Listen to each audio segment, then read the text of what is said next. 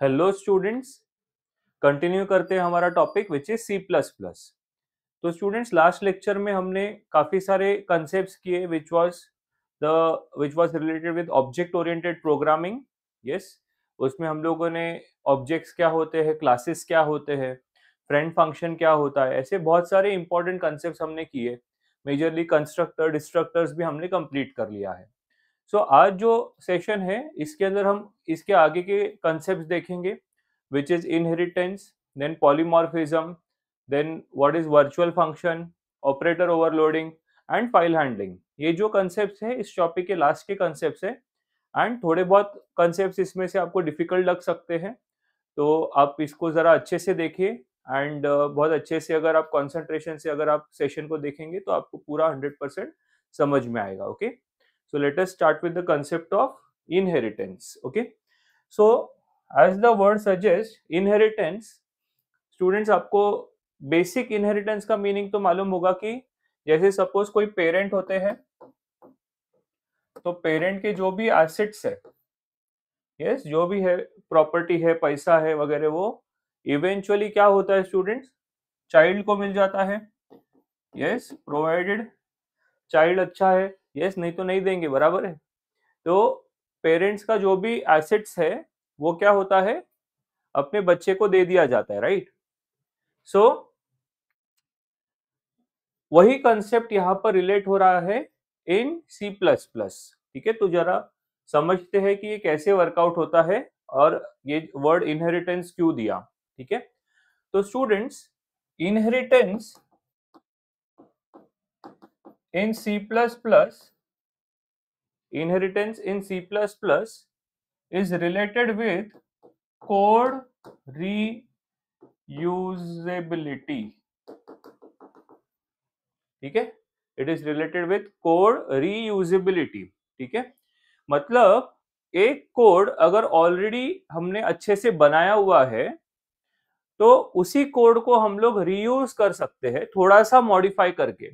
Okay, with the help of concept of inheritance. ठीक है, तो कैसे वर्कआउट होता है ये एक एग्जांपल से समझते हैं कि सपोज कि एक कॉलेज का सिस्टम है। तो कॉलेज के अंदर स्टूडेंट्स, प्रिंसिपल है, देन टीचर्स है, नॉन टीचिंग स्टाफ है, ऐसे सब मिला करके बहुत सारे लोग काम कर रहे हैं, तब एक कॉलेज चल रहा है, राइट। सो सभी जो पर्सन्स है कॉलेज के अंदर वर्किंग, उन सबका क्या है, they all are doing some job, तो they will be getting some salaries, right. तो इसको हम लोग एक इनहेरिटेंस के स्ट्रक्चर में तैयार कर सकते हैं। लेट अस सी कैसे होता है। तो जैसे स्टूडेंट सबके सब एम्प्लॉइज है, तो हम लोग एक क्लास बनाएंगे जिसका नाम है एम्प्लॉय। हमने एक क्लास बनाया जिसका नाम है एम्प्लॉय। अब सभी के पास में एक एम्प्लॉय आईडी रहेगा स्टूडेंट्स।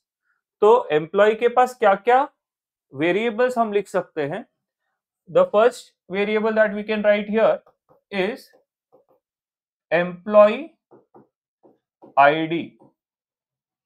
एम्प्लॉय आईडी मतलब क्या होगा, वो एक नंबर होगा, जैसे आपका रोल नंबर होता है वैसे ही स्कूल कॉलेजेस में रोल नंबर्स होते हैं, राइट। वैसे ही हर एक एम्प्लॉय को क्या होगा, एक आईडी रहेगा, एम्प्लॉय आईडी।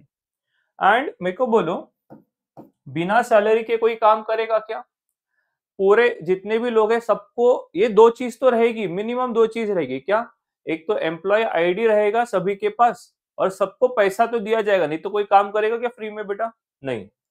तो दूसरा चीज सैलरी।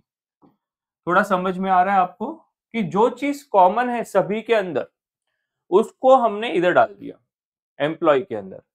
एंड अब बेस्ड ऑन द टाइप हम लोग क्या कर सकते हैं स्टूडेंट्स, अलग अलग क्लासेस बना सकते हैं। जैसे फॉर एग्जांपल टीचर्स या टीचिंग स्टाफ या टीचर्स एग्जांपल ले लेता हूं। अब टीचर्स को का एम्प्लॉय आईडी रहेगा, टीचर्स को सैलरी मिलेगा, वो बाय डिफॉल्ट इधर आ रहा है स्टूडेंट, तो इधर वापस लिखने की जरूरत नहीं है। इसी को इनहेरिटेंस बोलते हैं। एक्स्ट्रा क्या होगा, number of hours, number of teaching hours in a week. For example दिन का 4 घंटा पढ़ाना है, 6 डेज वर्किंग है, यस, तो 24 आवर्स अ वीक वो उनका लोड हो गया वर्किंग, मतलब टीचिंग आवर्स। ठीक है। So number of teaching hours एक एक्स्ट्रा वेरिएबल ले लेते हैं। जस्ट एन एग्जाम्पल है, तो ज्यादा हम डिटेल में नहीं जा रहे इसमें, एक एग्जाम्पल से समझ रहे कि जो भी चीज एक्स्ट्रा है वो इधर डाल सकते हैं हम लोग, right. Then principal, yes, okay. तो जो भी प्रिंसिपल रहेंगे उनको भी, उनका भी एक एम्प्लॉय आईडी रहेगा, उनका भी सैलरी रहेगा, यस। और क्या हो सकता है, number of years of experience हो सकता है, या फिर अलाउंस हो सकता है, क्योंकि प्रिंसिपल को एक्स्ट्रा अलाउंस होते हैं, हाउस अलाउंस रहता है, कार वगैरह दिया जाता है, ट्रैवलिंग अलाउंस होता है, तो हम लोग अलाउंस कर देते हैं इसके अंदर एक extra. And non teaching staff, non teaching staff भी होते हैं। नॉन टीचिंग स्टाफ को भी हम लोग कोई भी एक एक्स्ट्रा फीचर उनमें, देखो एक तो एम्प्लॉय आईडी रहता है और एक सैलरी होता है, ईयर ऑफ एक्सपीरियंस डाल देते हैं, सिंपल रखते हैं इसको, ईयर ऑफ एक्सपीरियंस, ठीक है। तो बेसिकली आपको थोड़ा आइडिया लगा रहेगा कि this is a structure of inheritance, जिसके अंदर जो चीज कॉमन है वो यहीं पे आ गई, और इसको हम बोलते हैं पेरेंट क्लास। क्या बोलते हैं स्टूडेंट्स? पेरेंट क्लास या base class, better word will be base class, okay. ये जो सबसे ऊपर रहता है उसको बोलते हैं बेस क्लास, और ये क्या हुआ, इससे डिराइव हुआ, ठीक है। तो ये तीनों को हम क्या बोलेंगे? डिराइव्ड क्लास, डिराइव्ड क्लास, ठीक है। तो टीचर भी एक डिराइव्ड क्लास है, किससे डिराइव हुआ? From class employ, okay. तो इनहेरिटेंस में एक बड़ा काम ये होता है कि अगर हमने एक कोड एम्प्लॉय के लिए बना दिया, एक क्लास बना दिया एम्प्लॉय के लिए, एंड उसको हम लोगों ने रन किया और वो प्रॉपरली रन हो रहा है, चेक हो गया, एंड डीबगिंग, डीबगिंग मत, bug means error, debugging means removing the errors. तो इसका डीबगिंग भी हो गया, मतलब हमने उसको पहले क्रिएट किया क्लास एम्प्लॉय, फिर उसको हम लोगों ने चेक किया, चेक होने के बाद एरर्स एलिमिनेट कर दिया, और ओके टेस्टेड, एकदम परफेक्ट रन हो रहा है। तो नेक्स्ट टाइम अगर मेरे को कोई एक्स्ट्रा कोई फीचर ऐड करना है, तो मेरे को इसको वापस से बनाने की जरूरत नहीं है। मैं क्या करूंगा, एक क्लास एक्स्ट्रा ऐड कर दूंगा इधर, एंड उसके अंदर जो भी एडिशनल फीचर है वो डाल दूंगा। ये दो चीज उसको ऑटोमेटिक मिल जाएगी, जैसे ये तीनों को मिल रहा है, ये दो चीज तीनों को मिल रहा है। एक्स्ट्रा फीचर्स जो है वो हम लोग यहाँ पे ऐड कर सकते हैं, ठीक है। सो अभी ये वर्ड समझ में आया आपको, कोड रियूजिबिलिटी। एक कोड जो ऑलरेडी लिखा हुआ है उसको चेंज करने की जरूरत नहीं है, और उसी को हम वापस से रीयूज कर सकते हैं। This is called as inheritance, okay. एक चीज इंपॉर्टेंट है, हमने देखा है कि जो भी क्लास बनाया जाता है, यस, उसमें से हम उसका आगे जाके ऑब्जेक्ट बनाते हैं, ठीक है। तो अगर हम लोगों ने यहाँ पे ऑब्जेक्ट्स बनाना चालू किया, तो किसका किसका ऑब्जेक्ट्स बना सकते हैं स्टूडेंट्स? Teachers, yes. टीचर्स का ऑब्जेक्ट कैसे बनेगा? सपोज क्लास नाम डाल दिया टीचर, एंड फिर T1, T2, T3, याद है? इस तरीके से हम ऑब्जेक्ट्स बनाते हैं। तो ये तीन टीचर्स है, तो हमने T1, T2, T3 करके तीन ऑब्जेक्ट बना दिए। प्रिंसिपल, प्रिंसिपल एक ही होते हैं, तो P लिख दिया, principal P। And non teaching staff, ठीक है, तो हमने सपोज ऐसा कर दिया, नॉन, क्लास का नाम है नॉन टीचिंग, ठीक है, N1, N2, N3, N4 ऐसा कर दिया, ठीक है। तो कितने, वो कॉलेज में अभी फिलहाल कितने जन काम कर रहे हैं? 1 2 3 4 5 6 7 8, ठीक है। बट मुझे बोलो, क्या एम्प्लॉय का क्लास और एम्प्लॉय का ऑब्जेक्ट बना के कुछ फायदा होगा क्या? सच में कोई एम्प्लॉय जैसे तो कोई नहीं है, खाली एम्प्लॉय, यस। या तो वो इसमें इसमें इसमें ही क्लासिफाई किया है हम लोगों ने। तो जनरली क्या होता है, बोलने का मीनिंग ये है, जनरली जो ऑब्जेक्ट्स होते हैं ना बेटा, वो डिराइव क्लास के ही बनते हैं। बेस क्लास का जनरली ऑब्जेक्ट बनता नहीं है, इतना सेंस नहीं बना सकते ऐसा नहीं है, लेकिन इतना सेंस नहीं बनता, क्योंकि प्रैक्टिकली या तो कॉलेज के अंदर टीचर्स है, या प्रिंसिपल है, नॉन टीचिंग स्टाफ है, या फिर कोई और भी पर्सन होगा, तो भी वो डिराइव क्लास ही बनेगा उसका। आई hope this is very clear, yes. तो अभी तक का कंक्लूजन ये है कि हमको ये याद रखना है कि इनहेरिटेंस में एक बेस क्लास होता है एंड डिराइव क्लासेस होते हैं, यस। एंड जो ऑब्जेक्ट्स तैयार करते हैं हम, वो हमेशा डिराइव्ड क्लासेस का होता है, इतना आपको याद रखना है, ठीक है।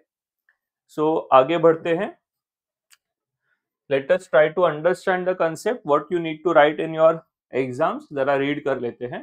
The mechanism of deriving a new class from an old one is called as inheritance. Very simple. एक old class रहता है जिसको base class बोला जाता है या parent class बोला जाता है.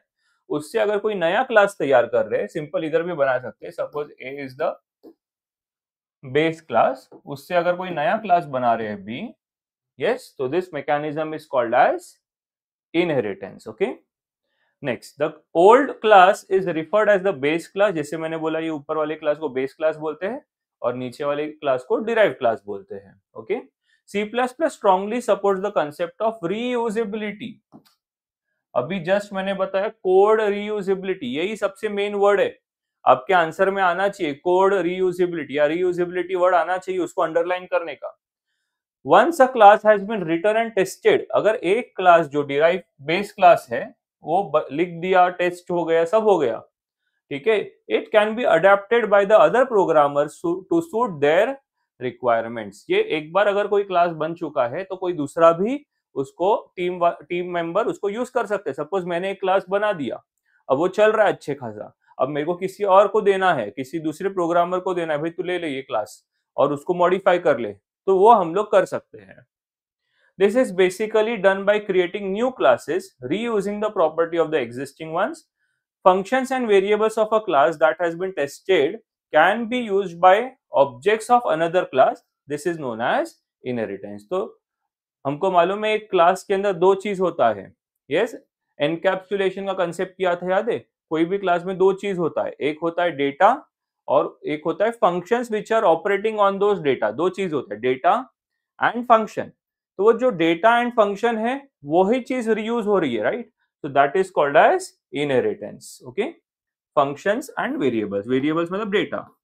Okay, the reuse of a class that has already been tested, debugged. Debug का मतलब मालूम है, मैंने अभी बताया. Bug means error. Debug means जिसका एरर हमने निकाल दिया है. तो हमने क्लास बनाया, हमने उसको डीबग कर दिया एंड यूज्ड मेनी टाइम्स, बहुत बार उसको अच्छे से यूज भी कर चुके हैं. Can save the efforts of developing and testing the same again. वापस उसको बनाने की जरूरत नहीं है. ठीक है. The syntax of declaration of derived class is, जैसे कि इसी केस के अंदर अगर हम लोग को इसका डिराइव्ड क्लास का सिंटैक्स करना है तो कैसे लिखेंगे? जैसे बी है ना, तो क्लास बी, ये तो लिखना ही पड़ेगा क्लास बी, एंड फिर एक कोलन करेंगे और विजिबिलिटी मोड डालेंगे पब्लिक. मतलब यहाँ पे पब्लिक भी लिख सकते हैं, प्राइवेट भी लिख सकते हैं. हम लोग पब्लिक लिखेंगे और किससे डिराइव हुआ है वो? ए से. तो बेस क्लास का नाम इधर लिख देने का ए. Very simple.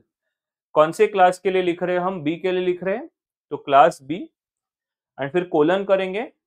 पब्लिक प्राइवेट में ऑप्शन होता है, तो let us keep it public. Public में क्या होता है कि इसके सब कंटेंट ऑटोमेटिक इधर आ जाएंगे. ठीक है, पब्लिक. एंड फिर किससे डिराइव हुआ? बेस क्लास क्या था वो? ए. तो just check it related with this class. ये कीवर्ड है. Derive class name, derive class का नाम क्या था? बी था. फिर कोलन, विजिबिलिटी मोड, इसमें पब्लिक प्राइवेट में मैंने पब्लिक लिखा है. एंड बेस क्लास नेम, कौन से क्लास से डिराइव हुआ? ए से, तो बेस क्लास का नाम ए. फिर बाद में जो भी हमको क्लास के अंदर लिखना है, जनरली हम लोग पब्लिक प्राइवेट वगैरह लिखते हैं ना क्लास, और ends with the semicolon. I hope this is very clear. Where visibility mode is optional and if present can be either private or public. Always keep it public. ठीक है, ये तो हो गया कंसेप्ट. अब इसके ऊपर एक एग्जांपल देखेंगे हम लोग, तो उससे और क्लैरिटी आ जाएगी. तो स्टूडेंट्स यहाँ पे मैंने एक एग्जांपल लिखा है. ठीक है, ये बेस क्लास है और ये उससे डिराइव्ड क्लास है. तो देखो मैं इधर बना रहा हूँ, ये देखो बेस क्लास, और उससे जो क्लास को डिराइव किया वो यहाँ पे देखो डिराइव्ड क्लास. ओके, ऑब्जेक्ट किसका बनेगा? बेस क्लास का कि डिराइव क्लास का? डिराइव क्लास का. तो इसी का ऑब्जेक्ट बनेगा, याद रखना. ऑब्जेक्ट आगे जो बनाएंगे हम वो डिराइव क्लास का ही बनेगा. ओके, तो सिंपल सा एक कोड लिखा है हमने just for understanding this concept. तो क्लास बेस, बेस नाम से डाल दिया क्लास, एंड उसमें प्राइवेट मेंबर कुछ नहीं रखा है, पब्लिक में एक हमने फंक्शन बनाया है void शो बेस। नाम क्या रखा है फंक्शन का? Show base. एंड उसके अंदर लिखा है दिस इज बेस क्लास। देखो ये सब डेमोन्स्ट्रेशन प्रोग्राम्स है, अगर आप थियोरी के साथ एक एक प्रोग्राम लिखोगे तो आपको बेटर मार्क्स मिलेगा, आपको ओवरऑल फुल मार्क्स भी मिल जाएगा पूरे सीएस में, अगर आपने जो मैंने फॉर्मेट में दिया है उस तरीके से लिखा है थियोरी फिर सम सपोर्टिंग प्रोग्रामिंग एग्जांपल्स। ठीक है, तो एक एक एग्जांपल लिख के आने का, and examples are very simple. Okay, उससे कंसेप्ट क्लियर होता है स्टूडेंट्स। तो देखो void शो बेस, अब ये सेम कॉपी किया सीधे क्लास डिराइव्ड। अब ये डिराइव में थोड़ा चेंज होगा, देखो जैसे मैंने इधर किया था सीधे यहाँ पे हमने लिखा है ना क्लास बी कोलन पब्लिक किससे डिराइव हुआ? ए से। तो उसी तरीके से क्लास डिराइव, क्लास का नाम क्या है, नेक्स्ट क्लास का नाम क्या है? डिराइव कोलन पब्लिक किससे डिराइव हुआ? बेस क्लास से, तो बेस क्लास का नाम लिख दिया इधर। एंड इसके अंदर सेम है, देखो पब्लिक void शो डिराइव्ड। अब इधर शो बेस था फंक्शन का नाम, इधर क्या नाम लिखा है? Show derived. और इसमें क्या किया? इसको कॉल कर रहे इधर से शो बेस, इधर कॉल किया है and C out this is the derive class. इधर क्या लिखा था? दिस इज बेस क्लास, इधर है दिस इज डिराइव क्लास।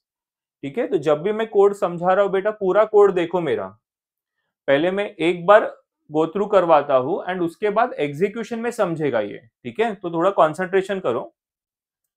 एक बार रफली मैंने ये बता दिया, अब मेन ये पार्ट होता है void मेन, यहां से एग्जीक्यूशन चालू होता है कोड का। तो जैसे मैंने आपको बोला कि ऑब्जेक्ट बनाएंगे तो किसका बनाएंगे हम? डिराइव्ड का। यस, तो एक ऑब्जेक्ट बनाया डिराइव्ड डी। ऑब्जेक्ट क्या बनाया स्टूडेंट्स? Derived D. ठीक है, तो डिराइव्ड डी मतलब किसका ऑब्जेक्ट है स्टूडेंट्स? इसका ऑब्जेक्ट बना दिया हमने। एंड फिर क्या लिखा है देखो, डी डॉट शो डिराइव्ड। अगर आपको पहले के कंसेप्ट याद है तो आपको समझ जाएगा कि अब क्या एग्जीक्यूट होगा, ये एग्जीक्यूट होगा, राइट? तो डी डॉट शो डिराइव्ड ये एग्जीक्यूट होगा। जैसे ये एग्जीक्यूट हो रहा है स्टूडेंट्स, पहला स्टेटमेंट क्या है? Show base. पहला स्टेटमेंट क्या है? Show base. अब शो बेस के टाइम पे क्या ये एग्जीक्यूट होगा या नहीं होगा? तो बेटा इनहेरिटेंस का कंसेप्ट क्या है कि जो बेस के पास में है वो चीज सब डिराइव के पास आ जाती है।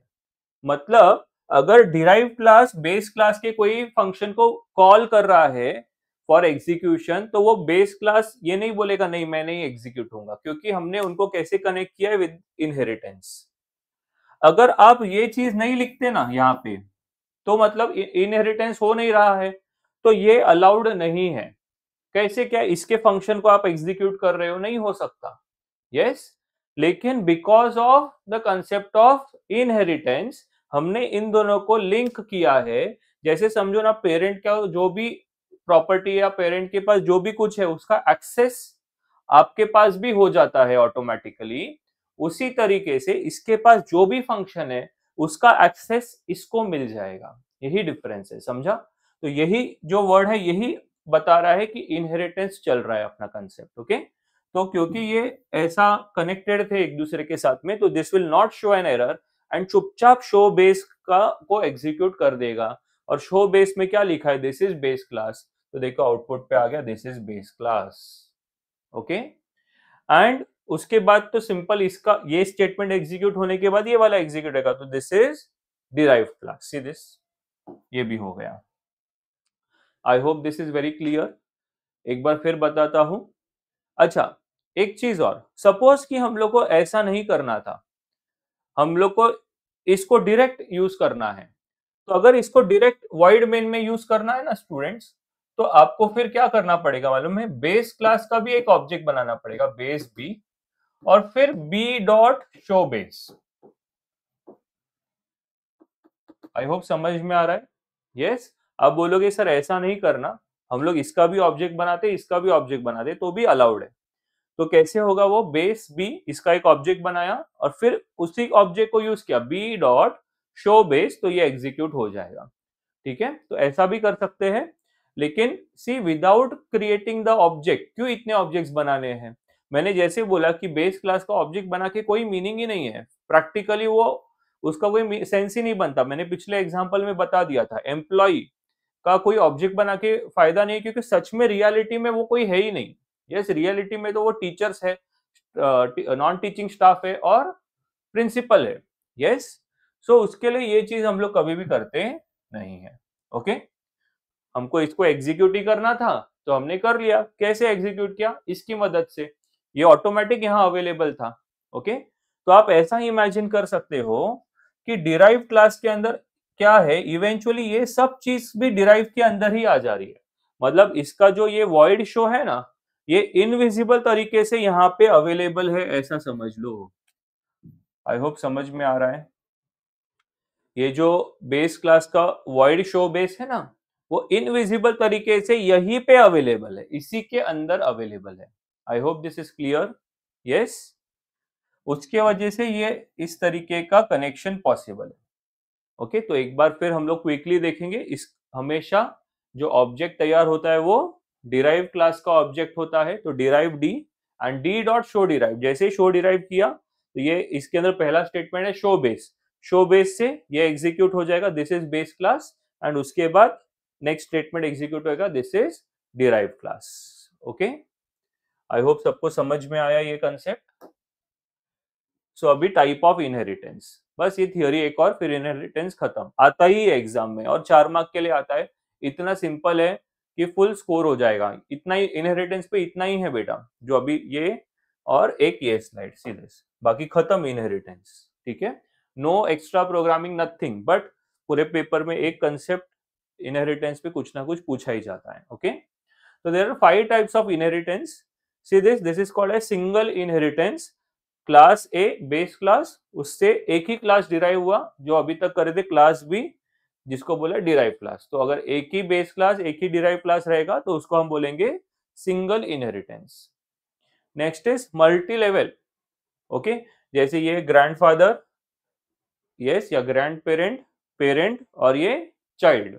ठीक है, तो mechanism of deriving one class from another derive class is multi level inheritance. तो एक से दूसरा, दूसरे से तीसरा अगर हो रहा है तो उसको हम बोलते हैं multi level inheritance. Okay, next is multiple inheritance. दो बेस क्लास है, क्लास ए क्लास बी, दो बेस क्लास से एक क्लास डिराइव हुआ तो उसको हम बोलते हैं multiple inheritance. Okay, hierarchical inheritance, ये अभी हमने देखा था, जस्ट एग्जांपल। यस, वो एम्प्लॉय था, फिर उसके नीचे 2-3 आ गए थे, teachers, principal, non teaching staff. Yes, so इसी को क्या बोलते हैं हम? Hierarchical. It is a mechanism where multiple derived classes inherit from a single base class. एक बेस क्लास से मल्टीपल क्लासेस तैयार होते हैं। एंड हाइब्रिड, इन सबको मिक्स कर दोगे तो हाइब्रिड। जैसे यहां से यहाँ पे आपको सिंगल इनहेरिटेंस दिख रहा रहेगा, यहाँ पे ये हायरार्किकल है, यहाँ पे भी हायरार्किकल है।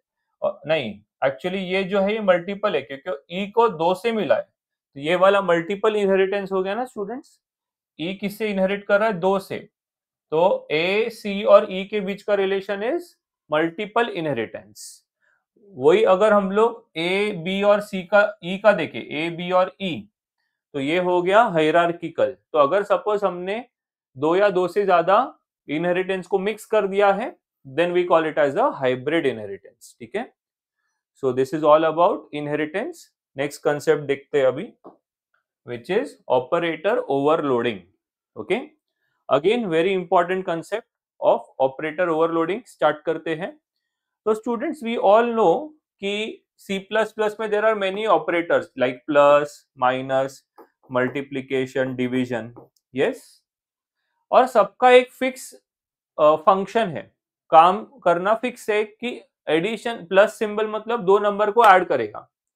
ओके, जैसे मैंने बोला 3 + 2, 2 नंबर को ऐड करने का काम करेगा plus sign. Yes, minus sign 2 number को सबट्रैक्ट करने का काम करेगा, राइट। लेकिन सी प्लस प्लस में ना स्टूडेंट एक गजब का फीचर है, ठीक है, जिसमें हम ये जो प्लस साइन है ना, उसके फंक्शन को भी चेंज कर सकते हैं। मतलब ये प्लस साइन को कोई और अलग यूज के लिए भी हम लोग उसको रीडिफाइन कर सकते हैं। मतलब हम लोग उसको एक नया मीनिंग दे सकते हैं। एग्जिस्टिंग मीनिंग नहीं चेंज होएगा, मतलब प्लस एडिशन के लिए काम में आएगा, लेकिन हमारे कोड में हम प्लस को एक स्पेशल मीनिंग दे सकते हैं। फॉर एग्जाम्पल, सपोज कि मेरे को दो दो दो स्ट्रिंग्स को ऐड करना है। दो स्ट्रिंग मतलब character array. For example, suppose that I want to say add एक ऑपरेटर करके एक स्ट्रिंग है और दूसरा है ओवरलोडिंग। ओके, ये दो अलग वर्ड है। ये दो अलग वर्ड को मेरे को कंबाइन करना है, इसको कॉन्कैटिनेशन भी बोलते हैं, कंबाइन करना है। तो मैं ये प्लस को यूज करके ना मैं इनको कॉन्कैटिनेट कर सकता हूं, बट उसके लिए मेरे को कोड लिखना पड़ेगा। ठीक है, तो giving special meaning to the existing symbol is called as operator overloading. आसान शब्दों में, कोई भी ऑपरेटर है उसको अगर हमको नया मीनिंग, कुछ तो अलग मीनिंग देना है, तो उसको हम बोलते हैं ऑपरेटर ओवरलोडिंग। अब आप में से कोई बच्चों के माइंड में आया रहेगा, तो सर क्या हम प्लस को एक नया मीनिंग दे सकते जिससे वो दो नंबर को सबट्रैक्ट कर सके? यस, हाँ ऐसा कर सकते हैं। मतलब प्लस को यूज करके हम दो नंबर को सबट्रैक्ट भी कर सकते हैं। हमने उसका मीनिंग चेंज कर दिया। ठीक है, बट स्टूडेंट्स ये लीगल नहीं है। मतलब सी प्लस प्लस बोलता है कि ऐसा मत करो। ठीक है, इतना भी ना इंसाफी मत करो कि प्लस को यूज करके दो नंबर को आप सबट्रैक्ट कर रहे हो। कर सकते हैं, बट हम लोग बोलते हैं कि ऐसा करना नहीं चाहिए। ठीक है, जैसे प्लस को यूज करके हमने दो वर्ड को ज्वाइन कर दिया, तो भी मीनिंग लगभग वैसा ही है ना, कि दो वर्ड्स को कंबाइन कर रहा है, राइट? यस, सो सी प्लस प्लस बोलता है कि ऑपरेटर ओवरलोडिंग में हम कोई भी ऑपरेटर को नया मीनिंग दे सकते हैं। ठीक है, तो लेट अस स्टार्ट दिस। एक एग्जांपल से ही करते हैं, फिर थियरी देखेंगे। तो देखो यहाँ पे मैंने एक एग्जांपल दिया है। प्रोग्रामिंग एग्जांपल हमेशा देते जाओ स्टूडेंट्स, अगर आपको अच्छा मार्क्स चाहिए सीएस के पेपर में, तो try to do some programs along with the theory. अच्छा, ये भी मैं बोलता हूँ, पूरा सी प्लस प्लस चैप्टर है ना, उसमें मिला के 30-35 कोड से ज्यादा नहीं है। ओके, तो अगर आप थोड़ा टाइम दोगे इसको, तो 30-35 कोड्स आराम से हो जाएगा आपसे। ओके, तो स्टार्ट करते हैं स्टूडेंट्स। जैसे यहाँ पे मैंने एक क्लास बनाया जिसका नाम है काउंटर। ठीक है, इसके अंदर क्या है वो बाद में देखना बेटर होगा। पहले हम लोग सिंपल रखते हैं कि क्लास बनाया काउंटर, और वॉइड मेन से ही चीजें समझ में आती, तो let us directly go with void main. तो देखो, काउंटर C1 C2, तो ये क्लास का नाम है, और C1 C2 ये दो ऑब्जेक्ट्स बना दिए अपन ने। थोड़ा सा अगर आप रिकलेक्ट करोगे, तो जैसे ही हम लोग ऑब्जेक्ट्स क्रिएट करते हैं, तो दो चीज होता है। याद करो, ऑब्जेक्ट्स में दो चीज क्या होती है?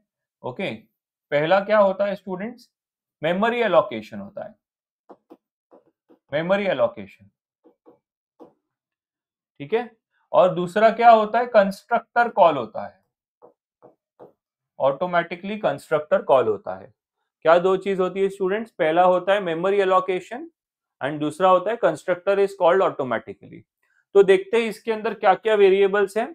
तो इसमें वेरिएबल है इंट काउंट, एक ही वेरिएबल है। तो स्टूडेंट्स, मैंने C1 लिखा, मेमोरी में क्या होगा? C1 dot count. ये देखो, ऐसा मेमोरी एक रिजर्व हो गया, और साथ ही में कंस्ट्रक्टर कॉल होगा। तो जरा इसमें कंस्ट्रक्टर देखो, क्या ये कंस्ट्रक्टर है स्टूडेंट्स? यस, बिकॉज कंस्ट्रक्टर कैसे आइडेंटिफाई होएगा? जो क्लास का नाम है वही कंस्ट्रक्टर का नाम होता है।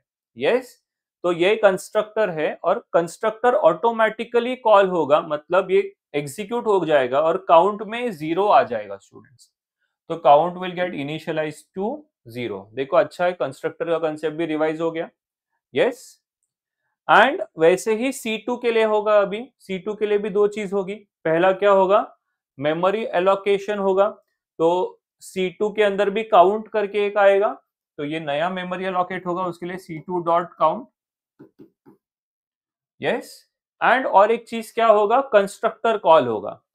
कंस्ट्रक्टर अगेन यही कॉल होगा वापस से, और इसको भी काउंट 0 हो जाएगा। ये आई होप ये स्टेटमेंट समझ में आ गया आपको, और इधर से इधर भी समझ में आ गया। ठीक है, आगे अभी C1 equal to C1 dot get count. ठीक है, तो अभी हम लोग क्या करेंगे कि C1 इक्वल टू, ये सी आउट स्टेटमेंट है, तो आउटपुट पे कुछ तो प्रिंट होगा। क्या प्रिंट होगा? देखो, C1 इक्वल टू ऐसा प्रिंट होगा, and C1 dot get count, मतलब ये एग्जीक्यूट होगा। देखो गेट काउंट इधर है, सी दिस गेट काउंट, ठीक है, ये एग्जीक्यूट होगा। अच्छा, गेट काउंट में लिखा क्या है? Return count. क्या लिखा है स्टूडेंट्स? Return count. तो C1 के अंदर काउंट क्या था? 0 था, तो वो रिटर्न क्या कर देगा? 0। और देखो रिटर्न टाइप में इंट लिखा है यहाँ पे, means it is returning N integer 0। तो वो 0 रिटर्न करेगा। कहां रिटर्न करेगा? जहां से कॉल हुआ था, यहां से कॉल हुआ था, तो यहाँ पे 0 रिटर्न करेगा। ओके, ये सब मैकेनिज्म बेटा 11th में किया हुआ है, थोड़ा सा रिकलेक्ट करो, याद आ जाएगा कैसे कैसे किया है। देखो फिर से देखते हैं। सी आउट, क्या सी आउट डिस्प्ले क्या होगा? C1 equal to, I hope यहां तक समझा है सबको। And C1 dot get count, मतलब फर्स्ट ऑब्जेक्ट के लिए गेट काउंट फंक्शन एग्जीक्यूट हो रहा है, तो ये गेट काउंट पे आ गए, इधर आ गए डायरेक्टली। यस, और उसमें क्या लिखा है? रिटर्न काउंट, मतलब आप काउंट का वैल्यू डिस्प्ले कर रिटर्न कर दो। तो काउंट में क्या चल रहा था? 0 चल रहा था ना, तो वो 0 को रिटर्न करेगा। कहां रिटर्न करेगा? जहां से उसको कॉल हुआ था, तो यहीं पे रिटर्न करेगा, तो इसके जगह पे 0 आ गया। सेम चीज C2 के साथ होगा, तो बोलो C2 इज इक्वल टू, वापस से C2 डॉट गेट काउंट, फिर से ये एग्जीक्यूट होगा और क्या रिटर्न होगा? 0। ओके, अब नेक्स्ट क्या लिखा है? ये सबसे ज्यादा इंपॉर्टेंट है। Okay, C1 plus plus. अरे बाबा, C1 क्या है? ऑब्जेक्ट है बेटा। वेरिएबल को प्लस प्लस किया तो समझता है, सपोज x इक्वल टू 1, फिर x प्लस प्लस, याद करो जरा, इससे क्या होगा? x का जो वैल्यू पहले 1 था वो अभी 2 हो जाएगा, फिर से x प्लस प्लस करोगे तो x का वैल्यू 3 हो जाएगा, फिर से x प्लस प्लस करोगे तो x का वैल्यू 4 हो जाएगा। बट उसके लिए ये कब पॉसिबल है? जब x एक वेरिएबल है। बट क्या C1 एक वेरिएबल है क्या स्टूडेंट्स? नहीं, C1 तो ऑब्जेक्ट है, और ऑब्जेक्ट के बाजू में प्लस प्लस लिख दिया, ये क्या पागलपन चल रहा है कुछ? समझ रहा है students? x is the variable, उसको प्लस प्लस करना तो सेंस बनता है, लेकिन ऑब्जेक्ट को प्लस प्लस करना सेंस बनता है क्या? हाँ बनता है, इन ऑपरेटर ओवरलोडिंग। तो उसके लिए ये अभी लास्ट, ओके, ये सबसे मेन है। ऑपरेटर ओवरलोडिंग का कंसेप्ट इधर आ रहा है, देखो। तो जैसे ही C1 प्लस प्लस लिखा ना स्टूडेंट्स, तो ये फंक्शन एग्जीक्यूट होगा फॉर द फर्स्ट ऑब्जेक्ट। पहले ऑब्जेक्ट के लिए ये फंक्शन एग्जीक्यूट होगा। So let us see. Void means it is not returning anything. Yes. Operator is the keyword, मतलब ऑपरेटर ओवरलोडिंग जब भी करना है तो पहले आपको वर्ड यूज करना पड़ेगा ऑपरेटर, और फिर कौन से ऑपरेटर को ओवरलोड कर रहे हो, कौन से ऑपरेटर को ओवरलोड कर रहे हैं स्टूडेंट्स? प्लस प्लस ऑपरेटर को ओवरलोड कर रहे हैं, तो उसके लिए प्लस प्लस यूज किया। खाली प्लस को ऑपरेट ओवरलोड करना रहता तो यहाँ पे सिर्फ एक प्लस आता, अगर माइनस को ओवरलोड करना रहता तो यहाँ सिर्फ माइनस आ जाता, इतना ही फर्क है। ठीक है, तो हम लोग कौन से ऑपरेटर को ओवरलोड कर रहे हैं? प्लस प्लस को, तो यहाँ पे प्लस प्लस साइन दे दिया। ठीक है, हम लोग कुछ पास नहीं कर रहे उसको, तो ये खाली है ब्रैकेट। एंड फिर लिखा count plus plus. Count plus plus लिखते ही क्या होगा कि ये कॉल किसके लिए किया था? C1 के लिए ना, तो C1 के अंदर का जो काउंट है वो प्लस प्लस हो जाएगा, मतलब काउंट जो 0 था वो 1 हो जाएगा। आई होप समझ में आया ये। यस, क्या किया? C1 प्लस प्लस, मतलब ऑब्जेक्ट के आगे प्लस प्लस लिखा है, लेकिन फिर भी उससे क्या हुआ? वो ऑब्जेक्ट के अंदर जो भी वेरिएबल था काउंट, वो इंक्रीमेंट हो गया। कैसे? Because of operator overloading. हमने ये फंक्शन यूज किया है वॉइड ऑपरेटर प्लस प्लस, और इसमें लिखा है काउंट प्लस प्लस, तो C1 का काउंट बढ़ गया। सेम C2 प्लस प्लस से भी वही होगा, ये C2 का काउंट बढ़ जाएगा। ओके, एंड अब जब हम उसको डिस्प्ले करेंगे तो कैसे डिस्प्ले होगा students? C1 is equal to C1 dot get count पे 1 डिस्प्ले होगा, और C2 के ऊपर 1 डिस्प्ले होगा, दोनों में 1 1 ही आए। ओके, आई होप सबको क्लियर हो गया ये। This is called as operator overloading. Okay, giving special meaning to operators. Okay, तो जरा कंसेप्ट देख लेते हैं अभी। क्वेश्चन ऐसा आएगा, what is operator overloading, explain with suitable example. Example हमने कर लिया, और थियोरी अभी देखते हैं। The mechanism of giving some special meaning to an operator is called as operator overloading. ठीक है, C++ permits to add two variables of user defined data type. Two variables of user defined data type का मतलब objects, मतलब क्या, C++ permits to add two objects. इसका meaning ये, suppose एक object है C1, दूसरा ऑब्जेक्ट है C2, तो हम ऐसा कर सकते हैं, एक ऑब्जेक्ट को दूसरे ऑब्जेक्ट के साथ ऐड कर सकते हैं, ठीक है। This is with the help of operator overloading, ठीक है। देखो, C++ permits मतलब allows, C++ allows to add two variables of user defined data type, means it allows to add two objects with the same syntax as the basic type। मतलब हम लोग जैसे normal variables को add करते हैं ना, x plus Y, वैसे ही दो ऑब्जेक्ट्स को भी हम ऐड कर सकते हैं, okay. Operator overloading provides a flexible option for creation of new definition for most of the C++ operators, not all, सभी के लिए नहीं, लेकिन बहुत सारे ऑपरेटर्स को हम नया मीनिंग दे सकते हैं। When an operator is overloaded, its original meaning is not lost। अगर सपोज मैंने प्लस को दो ऑब्जेक्ट्स को ऐड करने के लिए यूज में लिया है, तो इसका मतलब प्लस को दो वेरिएबल्स के लिए यूज नहीं कर सकते, ऐसा नहीं है। हम लोग का प्लस का एक्चुअल मीनिंग कभी चेंज नहीं होगा, खाली उस कोड में थोड़ा सा हम लोग ने चेंज किया उसका meaning, okay. When for instance the operator plus has been overloaded to add two vectors, suppose दो वेक्टर्स है, दो कॉम्प्लेक्स नंबर्स को ऐड करने के लिए हमने उसको थोड़ा सा मॉडिफाई किया प्लस का मीनिंग को, can still be use to add two integers, मतलब जैसे नॉर्मली वो दो इंटीजर्स को ऐड करने के लिए यूज में आता था, वैसा उसका मीनिंग चेंज होगा नहीं, बाद में वापस से हम उसको प्लस को दो इंटीजर्स को ऐड करने के लिए भी यूज कर सकते हैं। To define an additional task to an operator, a special function called operator function is used to specify the relation of the operator to the class। तो ये वो ऑपरेटर फंक्शन है स्टूडेंट्स, यहाँ पे देखो ये, तो ये एक स्पेशल ऑपरेटर फंक्शन को यूज किया जाता है ये टास्क करने के लिए, ठीक है। तो आई hope this is very clear, okay. अभी इस पे दो हम लोग को कोड और स्टडी करने हैं जो आपके प्रैक्टिकल्स में होगा।